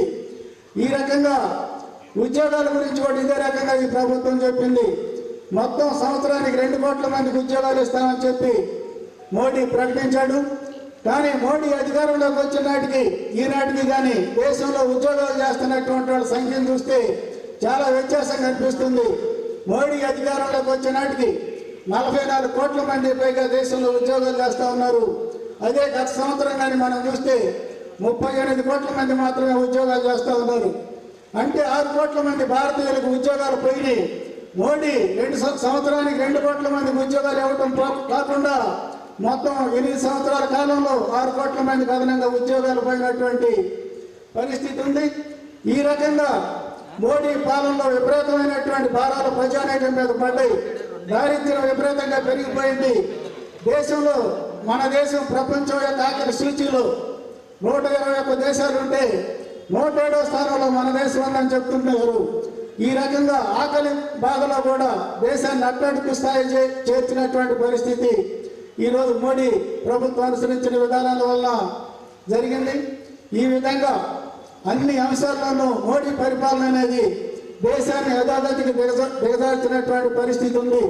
ఉద్యోగాలు కల్పించడంలో కానివ్వండి, ధరల పెంపుదలలో కానివ్వండి, ఈ రకమైనటువంటి అన్నింటిలో కూడా అట్టడుగు తీసుకొచ్చింది. చివరికి కోవిడ్ సందర్భంలో జరిగిన మరణాల్లో కూడా మన దేశం చాలా రికార్డు స్థాయిలో జరిగినాయి. 5 లక్షల మంది చనిపోయారు దేశంలో అని చెప్పి మోడీ ప్రభుత్వం ప్రకటించింది. కానీ ఐక్యరాజ్య సమితి ఆరోగ్య సంస్థ మాత్రం భారతదేశంలో 45 లక్షల మంది కోవిడ్తో చనిపోయారని చెప్పి ప్రకటించింది. అంటే ఎంత బాధ్యత రాయించిందో ఈ ప్రభుత్వం వ్యవహరిస్తూ ఉందనేది స్పష్టం అవుతా ఉంది. ఎవరు ఈ 45 లక్షల మరణాలకు బాధ్యులు అనేది చెప్పాల్సినటువంటి అవసరం ఉంది. ఈ రకంగా మోడీ ప్రభుత్వం దేశాన్ని అన్ని రకాలుగాను అధోగతికి తీసుకెళ్లే విధానాల్ని అనుసరించింది. But there are 2 worse things that the BJP, RSS, Modi and Amit Shah government are doing. And which are these 2 worst things? Number 1, it is trying to sell off the country. And number 2, it is trying to divide the country. These are the 2 things. You see, regarding selling off the country, any sector is remaining. Railway, privatize. Airport, privatize. All given to Gautam Adani. Airline, privatized. Only one we had, Air India, sold off to Tata. Ports, sold off to Gautam Adani. Telecom, our mobile, BSNL, they are finishing. Why? To help Mukesh Ambani's Jio Mobile. That is what they are doing. All other bank, insurance, education, mines, factories, steel factories, health services, defense, every sector they are selling off to big corporates, Indian and foreign. I was there in Visakhapatnam in Andhra last year during the farmer struggle. A big struggle, you know. Vizag steel privatization struggle going on for the last 2 years. Vizag Steel public sector company. Modi government took out a fatwa 27 January 2021. Public sector Vizag Steel will be sold. 35,000 workers are working. And how much it will be sold? What is the price of Vizag Steel today? 3 lakh crore rupees is the worth of the property. 3 lakh crore rupees. How much it will be sold for? Only 13,000 crore rupees to Gautam Adani, closest friend of Narendra Modi.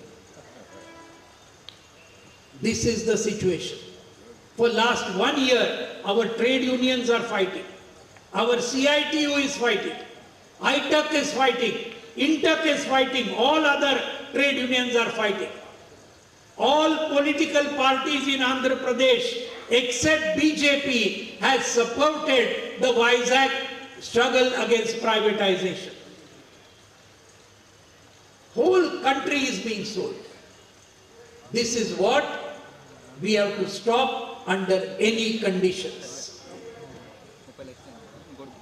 దేశంలో ఉన్నటువంటి RSS, BJP, Modi, Amit షాతో కలిసి 2 దుర్మార్గమైనటువంటి చర్యలు తీసుకోవడానికి పూనుకున్నాయి. ఒకటి దేశాన్ని మొత్తాన్ని private వాళ్ళకి అప్పగించడం, రెండోది దేశాన్ని చేర్చడం.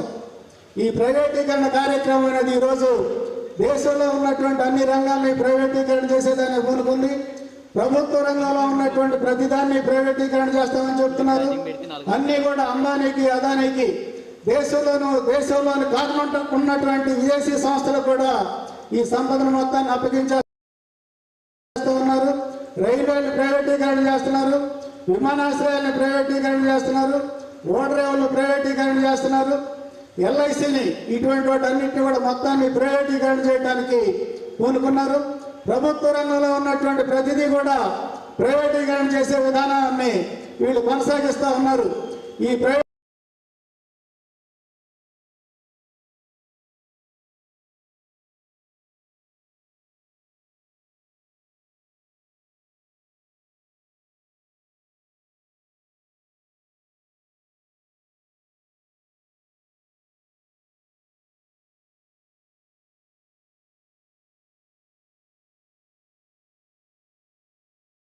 ప్రైవేటీకరణ విధానానికి వ్యతిరేకంగా పెద్ద ఎత్తున పోరాటాలు జరుగుతూ ఉన్నాయి.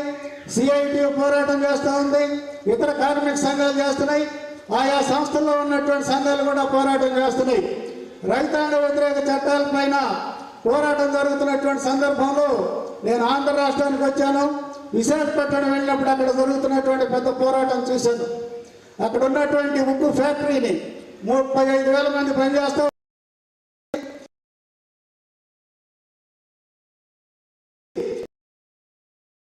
అక్కడున్న ఆ పోరాటం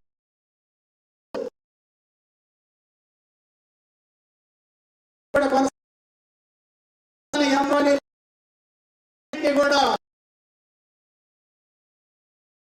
నాశనం చేస్తున్నారు. సంస్థల్ని నాశనం చేయడం అనేది కొనసాగుతూ ఉంది. ఈ రకంగా ప్రైవేటీకరణ విధానాన్ని వీళ్ళంతా కూడా కలిసి ఆర్ఎస్ఎస్, బీజేపీ, మోడీ, అమిత్ షాలు ముందుకు తీసుకెళ్ళడానికి ప్రయత్నం చేస్తూ ఉన్నారు. దానికి వ్యతిరేకంగా పోరాటాలు కూడా పెద్ద ఎత్తున జరుగుతూ ఉన్నాయి. The second thing they are doing is trying to divide the country on the basis of religion, on the basis of caste, on the basis of language, because they know people are against them. Farmers are against them, workers are against them, agricultural laborers are against them, students, youth and women are against them. So what do? They have taken the example of British imperialist rule. What did the British do? They also knew Indians are against them. So what they did? They formed a policy of divide and rule. We saw in our history books, divide and rule. Muslim League was formed, RSS was formed, Hindu Mahasabha was formed. None ever took part in the freedom struggle of India. Imperialism. Not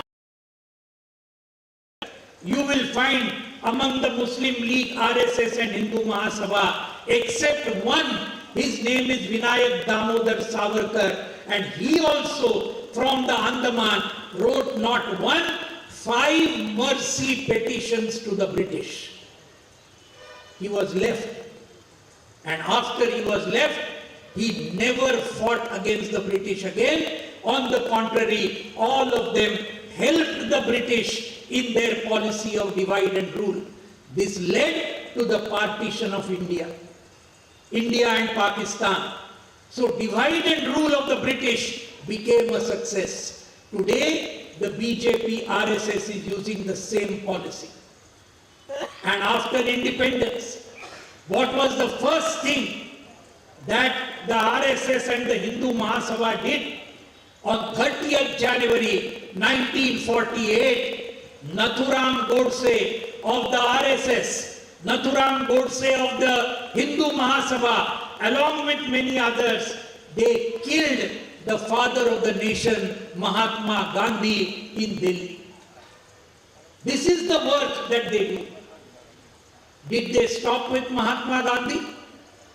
This same ideology killed Dr. Narendra Dabholkar. It killed Comrade Govind Pansare. It killed Professor M.M. Kalburgi. It killed Gauri Lankesh, a woman journalist in Bangalore. It killed Rohit Vemula. It killed Muhammad Akhlaq. It killed many people all over the country. This is what we have to understand. This divide and rule, all of us have to understand. We have to fight against it without compromise. I know in Andhra Pradesh, the ruling party and some of the opposition parties, there is a competition to become very close to the BJP. Am I right? Am I right or am I wrong? Between both ruling party and opposition party, there is competition. They are playing a very dangerous game, I will tell you. They are playing a very dangerous game. They have to take a clear stand in favor of national unity, secularism, democracy, and the Indian Constitution, what the left is taking today, and the left will take whatever happens in the coming days. దేశాన్ని విభజించడం కోసం, ప్రజానీకాన్ని విభజించడం కోసం వీడు పూనుకోవడం అనేది ఎంతో ముఖ్యమైనటువంటి విధ్వంసకర చర్య. మతం పేరుతోటి, కులం పేరుతోటి, భాష పేరుతోటి ఈరోజు దేశంలో ఉన్నటువంటి ప్రజానీకాన్ని విభజించడానికి పూనుకుంటున్నారు. దేశంలో ఉన్నటువంటి అన్ని తరగతుల ప్రజానీకాన్ని ఈ విధంగా విభజించడం కోసం పూనుకున్నారు. ఈ విభజించడం అనేది ఈరోజు బ్రిటిష్ వాళ్ళ నుంచి వీళ్ళు తీసుకున్నటువంటిది. బ్రిటిష్ వాళ్ళు ఇదే రకంగా భారతదేశ ప్రజానీకాన్ని విభజించి పరిపాలించారు. వాళ్ళ పరిపాలన కొనసాగించుకోవడం కోసం దేశ ప్రజానీకం మధ్య విభజన తీసుకొచ్చారు. ఆ కాలంలో ఈ విభజన రాజకీయాల ఫలితంగానే హిందూ మహాసభ ఏర్పడింది, ఆర్ఎస్ఎస్ ఏర్పడింది, ముస్లిం లీగ్ ఏర్పడింది. ఈ మూడింట్లోనూ ఒక్కరంటే ఒక్కరు కూడా స్వాతంత్ర సమర యోధులు లేరు. వీళ్ళెవరు కూడా స్వాతంత్ర పోరాటంలో పాల్గొనలేదు. వీళ్ళంతా కూడా బ్రిటిష్ వాళ్ళ విధానాలు ముందుకు పోవడానికి దోహదం చేశారు. ఈ మూడింట్లోనూ ఒక్క వినాయక దామోదర్ సావర్కర్ మాత్రమే స్వాతంత్ర పోరాటంలో పాల్గొన్నాడు. స్వాతంత్ర పోరాటంలో పాల్గొని అండమాన్ సెల్యులర్ జైల్లో శిక్షణ అనుభవించడం ప్రారంభమైన తర్వాత ఆయన వైఖరి మార్చుకొని 5 క్షమాభిక్ష పిటిషన్లని బ్రిటిష్ వాళ్ళకు పెట్టుకున్నాడు. బ్రిటిష్ వాళ్ళు ప్రసాదించిన క్షమాభిక్షతోటి జైలు నుంచి బయటపడి తర్వాత బయటకు వచ్చాడు. ఆ తర్వాత కాలం అంతా కూడా ఆయన ఈ మతోన్మాదాన్ని ముందుకు తీసుకెళ్ళడానికి బ్రిటిష్ వాళ్ళు అనుసరించినటువంటి విభజించ పాలించే విధానాన్ని ముందుకు తీసుకెళ్ళడం కోసం పనిచేశాడు. ఈ రకంగా ఈ సంస్థలు మొత్తం కూడా విభజన రాజకీయాలను అనుసరించినాయి. దాని ఫలితంగానే భారతదేశం చీలిపోయింది. అందుకని ఈ రకమైనటువంటి విభజన రాజకీయాలు ఏవైతే బ్రిటిష్ వాళ్ళు అనుసరించారో అదే రకమైనటువంటి విభజన రాజకీయాల్ని ఈరోజు బీజేపీ, ఆర్ఎస్ఎస్ అనుసరిస్తూ ఉన్నాయి. దేశానికి స్వాతంత్రం వచ్చిన తర్వాత బీజేపీ ఆ రోజు ఉన్నటువంటి ఆర్ఎస్ఎస్ చేసినటువంటి మొదటి పని ఏమిటంటే 1945లో నాథూరాం గాడ్సే అని ఆర్ఎస్ఎస్ లో ఉన్నటువంటి కార్యకర్త, హిందూ మహాసభ కార్యకర్త, అతడు మహాత్మా గాంధీ జాతిపితని కాల్చి చంపాడు. అది ఆర్ఎస్ఎస్ సిద్ధాంతం ఆ రకంగా జాతిపిత హత్యకు దారి తీసింది. ఆ తర్వాత అదే భావజాలంతో ఉన్నటువంటి దృఢంగా ప్రతిఘటిస్తూ ఉన్నారు. Finally, comrades, the All India Kisan Sabha is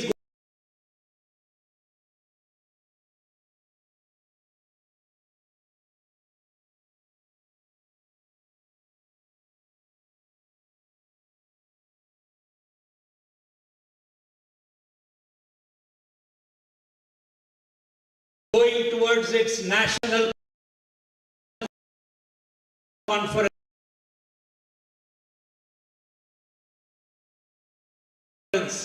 next month, 13 to 16 December at Thrissur in Kerala.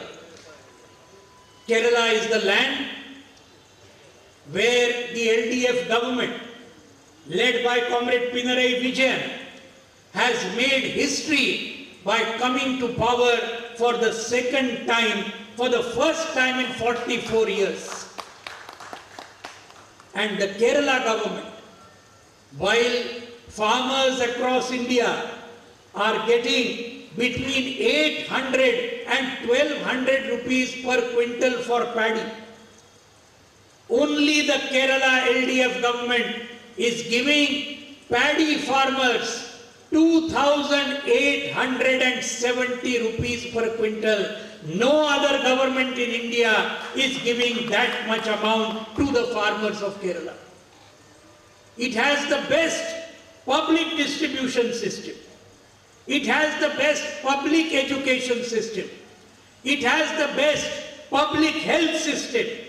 It has the best Kudumbashri, the whole system in Kerala. All this, it is in this Kerala that we are having our All India conference. Our other state units, our West Bengal unit, from 1st November up to 30th November, lakhs of farmers, workers and agricultural laborers are going in Padayatra to every village of West Bengal.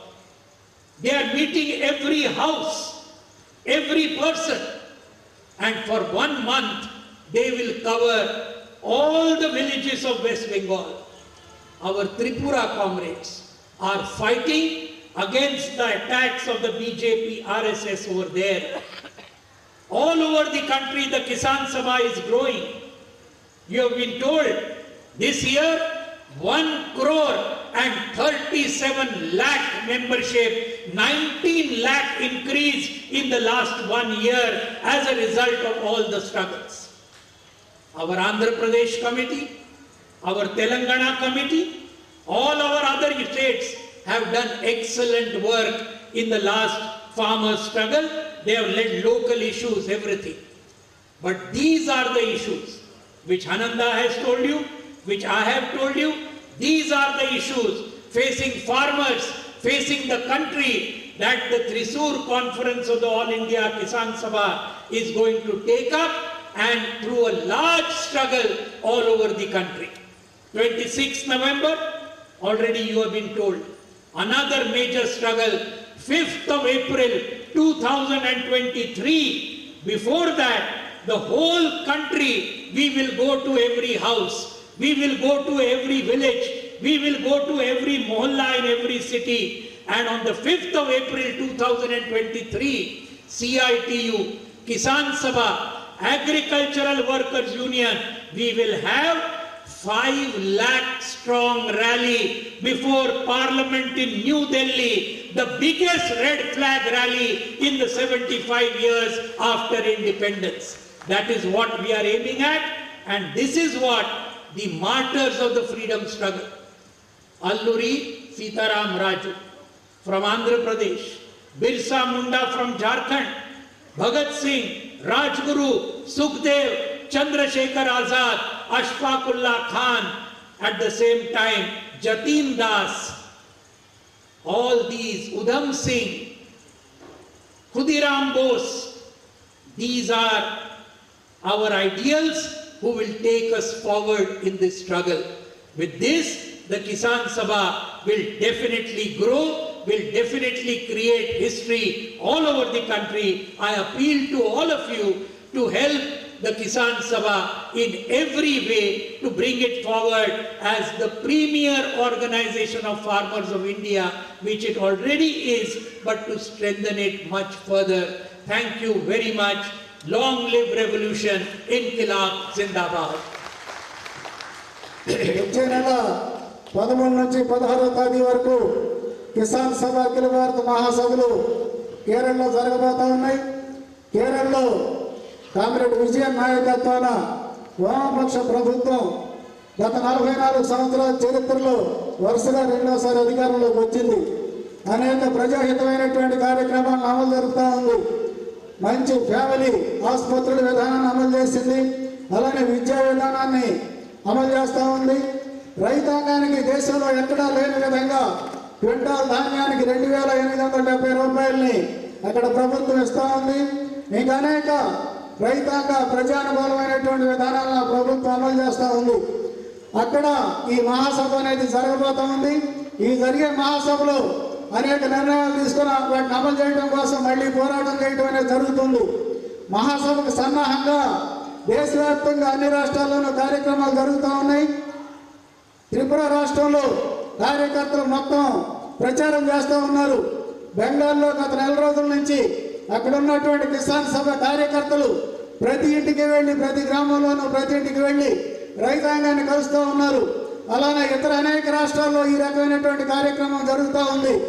రైతు సంఘం కార్యకర్తలు చేసినటువంటి కృషి ఫలితంగా రైతు సంఘ సభ్యత్వం 1,31,00,000కి చేరింది.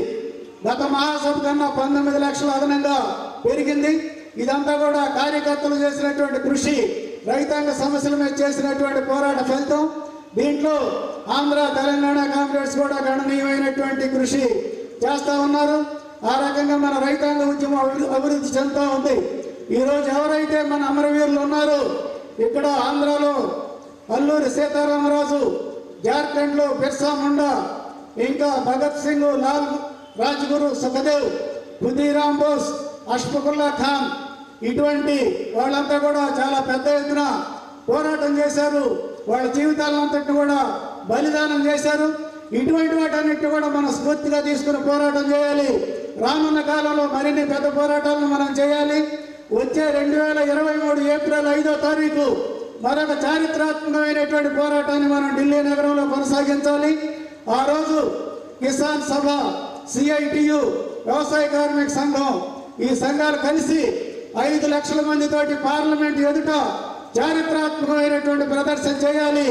ఇంత పెద్ద ప్రదర్శన స్వాతంత్రానంతరం పార్లమెంట్ ఎదుట జరిగినటువంటి దాఖలా లేదు. అందుకని ఈ రకమైనటువంటి భారీ చారిత్రాత్మకమైనటువంటి పోరాటాన్ని మనం కొనసాగించాల్సింది.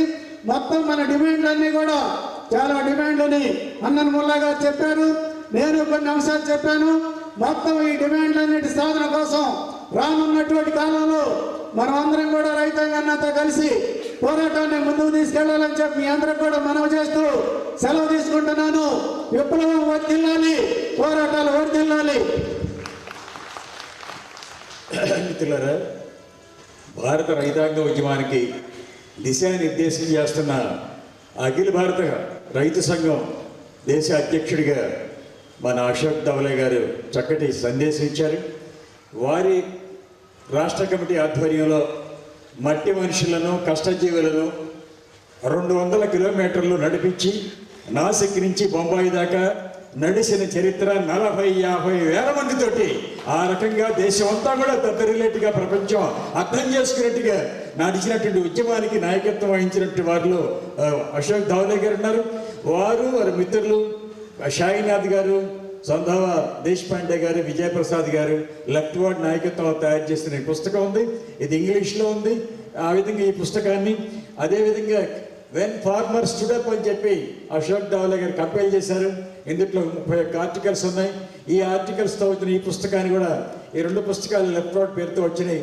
వీళ్ళందరూ పెద్దలు, మిత్రులు, శ్రేయభిలాషులందరూ కూడా ఈ విషయాలు చదివి రాబోయే దేశాంగ పోరాటానికి ఢిల్లీని దద్దరించడానికి, ఆ విధంగా ఢిల్లీలో ఉన్న మోడీని ఇంటికి పంపించేందుగా ఆ రకమైన పోరాటాన్ని రూపకల్పన చేయడానికి సన్నద్ధంగా ఉండడానికి పుస్తకాలన్నీ ఉపయోగించాలని చెప్పి కోరుతూ, ఇప్పుడు కొద్ది నిమిషాల్లో సభను ముగించబోతున్నాం. దానికి ఎందుకంటే మీటింగ్ రెడీ అవుతుంది. అక్కడ మన ఆంధ్రప్రదేశ్ రైతు సంఘం రాష్ట్ర ప్రధాన కార్యదర్శి ప్రభాకర్ రెడ్డి గారు 2 నిమిషాలు మాట్లాడతారు. వారి తర్వాత లక్ష్మణరావు గారు ఈ జిల్లాలో ఉన్నటువంటి అనేక విషయాలను అసెంబ్లీలో, కౌన్సిల్లో మాట్లాడారు. అన్ని విషయాలు అధ్యయనం చేస్తున్నారు. వాళ్ళకు 2 నిమిషాలు మాట్లాడతారు. 5-6 నిమిషాలు సభ ముగిస్తాం. కాబట్టి ముందు ప్రభాకర్ రెడ్డి గారు మన ఆంధ్రప్రదేశ్ రైతు సంఘం కొత్త కార్యదర్శిగా వచ్చారు. వారిని 2 నిమిషాలు, ఎందుకంటే సమస్యలు చాలా ఉన్నాయి, ఉద్యమ అనుభవం ఉంది, చెప్పగలరు. ఆ విధంగా హైదరాబాద్ ఉద్యమంలో నిలబడి పోరాడిన వాళ్ళలో కూడా ప్రభాకర్ రెడ్డి గారు చాలా ముందు పెట్టిన ఉన్నారు. వారు 2 నిమిషాలు మాట్లాడతారు. సభాధ్యక్షులు కృష్ణయ్య గారు, వేదిక పైన అఖిల భారత నాయకత్వం, గుంటూరు జిల్లా నాయకత్వం, తెలంగాణ రైతాంగ నాయకత్వం, అందరికీ ధన్యవాదాలు. సభకు ఇచ్చేసినటువంటి పెద్దలు, సోదరులు, సోదరిమణులందరికీ ధన్యవాదాలు. కృష్ణయ్య గారు కేవలం పరిచయం కోసమే నన్ను మాట్లాడమని చెప్పేసి చెప్పారు. నిన్ననే మా రాష్ట్ర కమిటీ సమావేశం జరిగింది. రాష్ట్ర కమిటీ నన్ను కార్యదర్శిగా ఎన్నుకుంది. రాష్ట్ర కమిటీకి ప్రత్యేక ధన్యవాదాలు తెలియజేస్తున్నాను. అట్లే రాబోయే కాలంలో ఏదైతే అఖిల భారత నాయకత్వం దిశానిర్దేశం చేసిందో ఆ దిశగా ఆంధ్ర రాష్ట్రంలో రైతాంగ సమస్యల పరిష్కారం కోసం మన ఆంధ్రప్రదేశ్ రైతు సంఘం కృతనిశ్చయంతో పనిచేస్తుందని చెప్పేసి మీ దృష్టికి తీసుకొస్తున్నాను. ముఖ్యంగా ధాన్యం పంటలు చేతికొస్తున్నాయి, ధాన్యం ధరలు పడిపోతున్నాయి. ప్రభుత్వం ఏదైతే చెబుతుందో ఆర్బీకే ద్వారా మేము కొనుగోలు చేస్తామని చెప్పేసి అవన్నీ ఒట్టి మాటలుగా మాత్రమే మిగిలిపోతున్న పరిస్థితి మనం చూస్తున్నాం. అట్లే రాయలసీమ, ఉత్తరాంధ్ర ప్రాంతాల్లో విద్యుత్ మోటార్ల సమస్య చాలా తీవ్రంగా ముందుకు వస్తుంది. అట్లే ప్రత్యేకించి భూ సమగ్ర సర్వే అనే పేరుతోటి రాష్ట్ర ప్రభుత్వం మొత్తం వ్యవసాయ రంగాన్నే, రైతుల్నే చాలా సమస్యమయంగా చేసే ప్రయత్నం చేస్తుంది. ఇలాంటి అన్ని సమస్యలపైన ఆంధ్రప్రదేశ్ రైతు సంఘం రైతుల పక్షాల కృతనిశ్చయంతో పోరాడుతుందని చెప్పేసి మీకు అందరికీ మనవి చేస్తూ నాకు ఇచ్చిన అవకాశానికి ధన్యవాదాలు తెలియజేస్తూ సెలవు తీసుకుంటున్నాను. ధన్యవాదాలు. ఇప్పుడు లక్ష్మణరావు గారు, అందరికి సుపరిచితులే, లక్ష్మణరావు గారు మాట్లాడతారు. మన ఎమ్మెల్సీ గారు. ముందుగా అఖిల భారత రైతు సంఘం జాతీయ కౌన్సిల్ సమావేశాలకి విచ్చేసిన నాయకత్వం మొత్తానికి కూడా ఆహ్వాన సంఘం తరఫున హృదయపూర్వక అభినందనలు తెలియజేస్తున్నాం. నరేంద్ర మోడీ ప్రభుత్వం తెచ్చిన 3 వ్యవసాయ చట్టాలు రాజ్యాంగానికి విరుద్ధం, ఫెడరలిజానికి పూర్తి విరుద్ధం. వ్యవసాయం అనేది రాష్ట్ర జాబితాలో ఆ 3 చట్టాలకు వ్యతిరేకంగా జరిగిన ఒక చారిత్రాత్మక పోరాటంలో 380 రోజుల పాటు 500 రైతు సంఘాలు పాల్గొన్నాయి. అందులో అఖిల భారత రైతు సంఘం యాంకర్ పాత్ర, కీలక పాత్ర పోషించింది. దానిలో కీలక పాత్ర పోషించిన హనన్ మొల్లా, అశోక్ దావలే, విజు కృష్ణన్, కృష్ణప్రసాద్, మనందరం వారి నలుగురికి కరతాళ ధ్వనులతో అభినందనలు తెలియజేశారు. ఈ దేశంలో ఎల్పిజి లిబరలైజేషన్, ప్రైవేటైజేషన్, గ్లోబలైజేషన్ జరిగిన తర్వాత పెద్ద ఎత్తున నష్టపోయిన రంగం వ్యవసాయ రంగం. ఆ రంగాన్ని పునరుద్ధరించాలని స్వామినాథన్ కమిషన్ అనేక సిఫార్సులు చేసింది, అమలు జరగలేదు. రాజశేఖర రెడ్డి 2004లో ముఖ్యమంత్రి అయినప్పుడు ప్రొఫెసర్ జైతీ ఘోష్ కమిషన్ ఆయనే వేశాడు, మనం సంతోషించాం. జైతీ ఘోష్ కమిషన్ అనేక సిఫార్సులు చేసింది, వాటిని అమలు చేయలేదు. ఈ రోజుకి ఆ సంక్షోభం కొనసాగుతుంది. ఆ సంక్షోభం యొక్క ప్రభావం మన గుంటూరు జిల్లా మీద కూడా ఉంది. గుంటూరు జిల్లాకు సంబంధించి 4 అంశాలు నేను 2 నిమిషాల్లో మాట్లాడాను.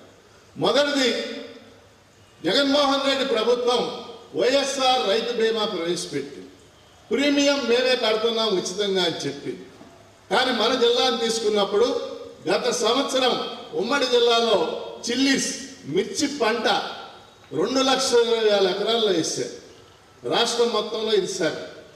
దానిలో 1,70,000 ఎకరాల్లో వేసిన మిర్చి పంట తామర తెగులు వల్ల పూర్తిగా నాశనమైంది. రైతులకి ఇంతవరకు ₹1 కూడా రాలేదు. చిత్రం ఏంటంటే పక్కనే ఉన్న కృష్ణా జిల్లాలో ఇదే చిల్లీస్ పంటకి ఎకరానికి 48,000 వచ్చింది. కానీ గుంటూరు జిల్లాలో ₹1 కూడా ఇది రాలేదు. ఇది ప్రభుత్వం యొక్క ఘోరమైన వైఫల్యం అని చెప్పేసి మీ దృష్టికి తెస్తున్నాను. గత సంవత్సర కాలంలో 30 మంది రైతులు ఆత్మహత్యలు చేసుకున్నారు. వాళ్ళందరూ మిర్చి రైతులే. మిర్చి పంటకు మీ అందరికీ తెలుసు, ₹1,00,000 నుంచి పైన పెట్టుబడి పెట్టాలి, అప్పులు చేశారు. ఇది మొదటి అంశం. రెండో అంశం, కల్తీ విత్తనాలకి, కల్తీ పురుగు మందులకి గుంటూరు ఒక పెద్ద పరిశ్రమ, అతిపెద్ద పరిశ్రమ. గతంలో అనేక చోట్ల కల్తీ విత్తనాలు వచ్చినప్పుడు మన రైతు సంఘం పోరాటం చేసింది. ఎదురుగా గద్దె చలమయ్య గారు ఉన్నాడు. పెదకూరపాడులో కల్తీ మిర్చి విత్తనాలు అమ్మితే మేము జాయింట్ కలెక్టర్కి రిప్రజెంట్ చేసి రైతులకు 34 లక్షలు నష్టపరిహారం ఇప్పించాం రైతు సంఘం ద్వారా. కానీ ఈ సంవత్సరం ఇప్పుడు అచ్చంపేట, పెదకూరపాడు, క్రోసూరు మొదలైన ప్రాంతాల్లో పత్తి విత్తనాలు పెద్ద ఎత్తున కల్తీ విత్తనాలు అమ్మి చెట్టు పెరిగింది, దానికి కాయ కానీ పువ్వు కానీ ఏమి ఉండదు అనమాట. రైతులు చాలా పెద్ద ఎత్తున ఆందోళన చేస్తున్నారు.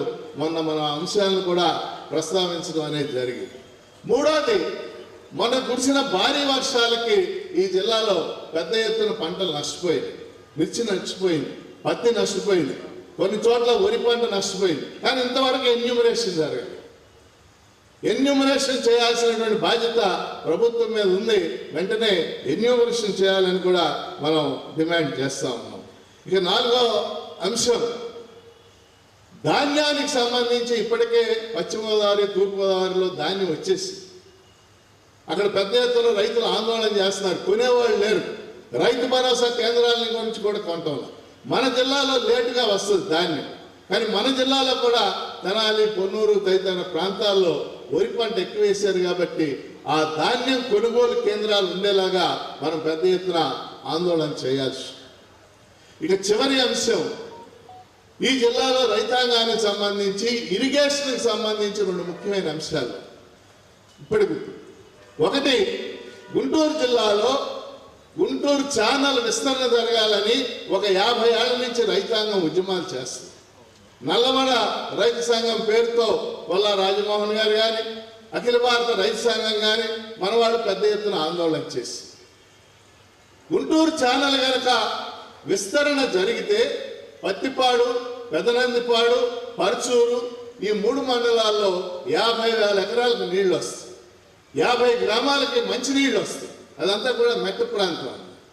కానీ 50 ఏళ్ల నుంచి అది విస్తరణ జరగలేదు. కానీ మనం చేసిన ఉద్యమాల వల్ల, అది నల్లమడ రైతు సంఘం కావచ్చు, మన రైతు సంఘం కావచ్చు, అలాగే నేను అనేక సార్లు బీఆర్సీ తదితర సమావేశాల్లో ప్రస్తావించడం వల్ల భూ సేకరణ చేయడానికి ప్రభుత్వం నోటిఫికేషన్ ఇచ్చింది. ఇది ఈ ఉద్యమంలో తొలి విజయం అని చెప్పేసి మీ అందరికి కూడా తెలియజేస్తాను. అంటే పల్నాడు ప్రాంతానికి సంబంధించి చివరి అంశం, వరికిపూడి సెల ఆ ప్రాంత చిరకాల స్వప్నం. పక్కనే నాగార్జున సాగర్ ఉంది. కానీ వెల్లుర్తి, దుర్గి, బొల్లాపల్లి ఈ మండలాల్లో మంచినీళ్ళు లేవు. ఒక విచిత్రమైన విషయం అనమాట. కాబట్టి ఆ ప్రాంతంలో వరికిపూడి సెల అనే ఒక ఎత్తిపోతల పథకం ఆ ప్రాంత ప్రజల చిరకాల స్వప్నం, వాంఛ. అక్కడ కూడా మన రైతు సంఘం పెద్ద ఎత్తున పోరాటం చేస్తుంది. నేను కూడా అనేక సార్లు అంశాలు లేవనెత్తాను. అందుకని ఇప్పుడు వరికిపూడి సెలకు సంబంధించి టైగర్ ఫారెస్ట్ డీరిజర్వ్ చేయడానికి ఓ ప్రయత్నం జరుగుతుంది. అది కనుక జరిగినట్లయితే మేము ప్రారంభిస్తామని ప్రభుత్వం చెప్తుంది. ఇవి ఏవైనా కానీ, ఒక వరికిపూడి సెల కానీ, ఒక గుంటూరు ఛానల్ కానీ, లేదా మిర్చి రైతుల నష్టపరిహారం కానీ పోరాటాలు లేకుండా, ఉద్యమాలు లేకుండా జరగదు. మరి మన జిల్లాలో రైతు సంఘం చేసే ఉద్యమాలన్నిటికీ కూడా నేను కానీ, మా పీడిఎఫ్ ఎమ్మెల్సీలు కానీ, అలాగే ఇతర మేధావులు కానీ పూర్తి సహాయ సహకారాలు ఉంటాయని చెప్పేసి తెలియజేస్తూ, ఈరోజు రేపు జరిగేటటువంటి ఈ జాతీయ కౌన్సిల్ సమావేశాల్లో జరిగే కార్యాచరణ రైతాంగ ఉద్యమాన్ని మరింత ముందుకు తీసుకెళ్లే విధంగా ఉంటుందని భావిస్తూ జై హింద్. లక్ష్మణరావు గారికి ధన్యవాదాలు. రైతు సంఘం తరఫున ఎప్పుడు అడిగినా, ఎక్కడ అడిగినా, ఏ విషయం అడిగినా వచ్చి రిప్రజెంట్ చేసి మాట్లాడి నిలబడటానికి నిరంతరంగా సన్నద్ధంగా ఉంటాడు లక్ష్మణరావు గారు. మన ఈ ఆహ్వాన సంఘానికి కూడా అధ్యక్షుడిగా ఉన్నారు. వారికి ప్రత్యేకమైన ధన్యవాదాలు. ఇప్పుడు మన ఓట్ ఆఫ్ థ్యాంక్స్ శివశంకర్ గారు, రాష్ట్ర ఉపాధ్యక్షులు, వచ్చి ఓట్ ఆఫ్ థ్యాంక్స్ చెప్పమని కోరుతున్నాను. దీంతో ప్రోగ్రాం ముగుస్తుంది.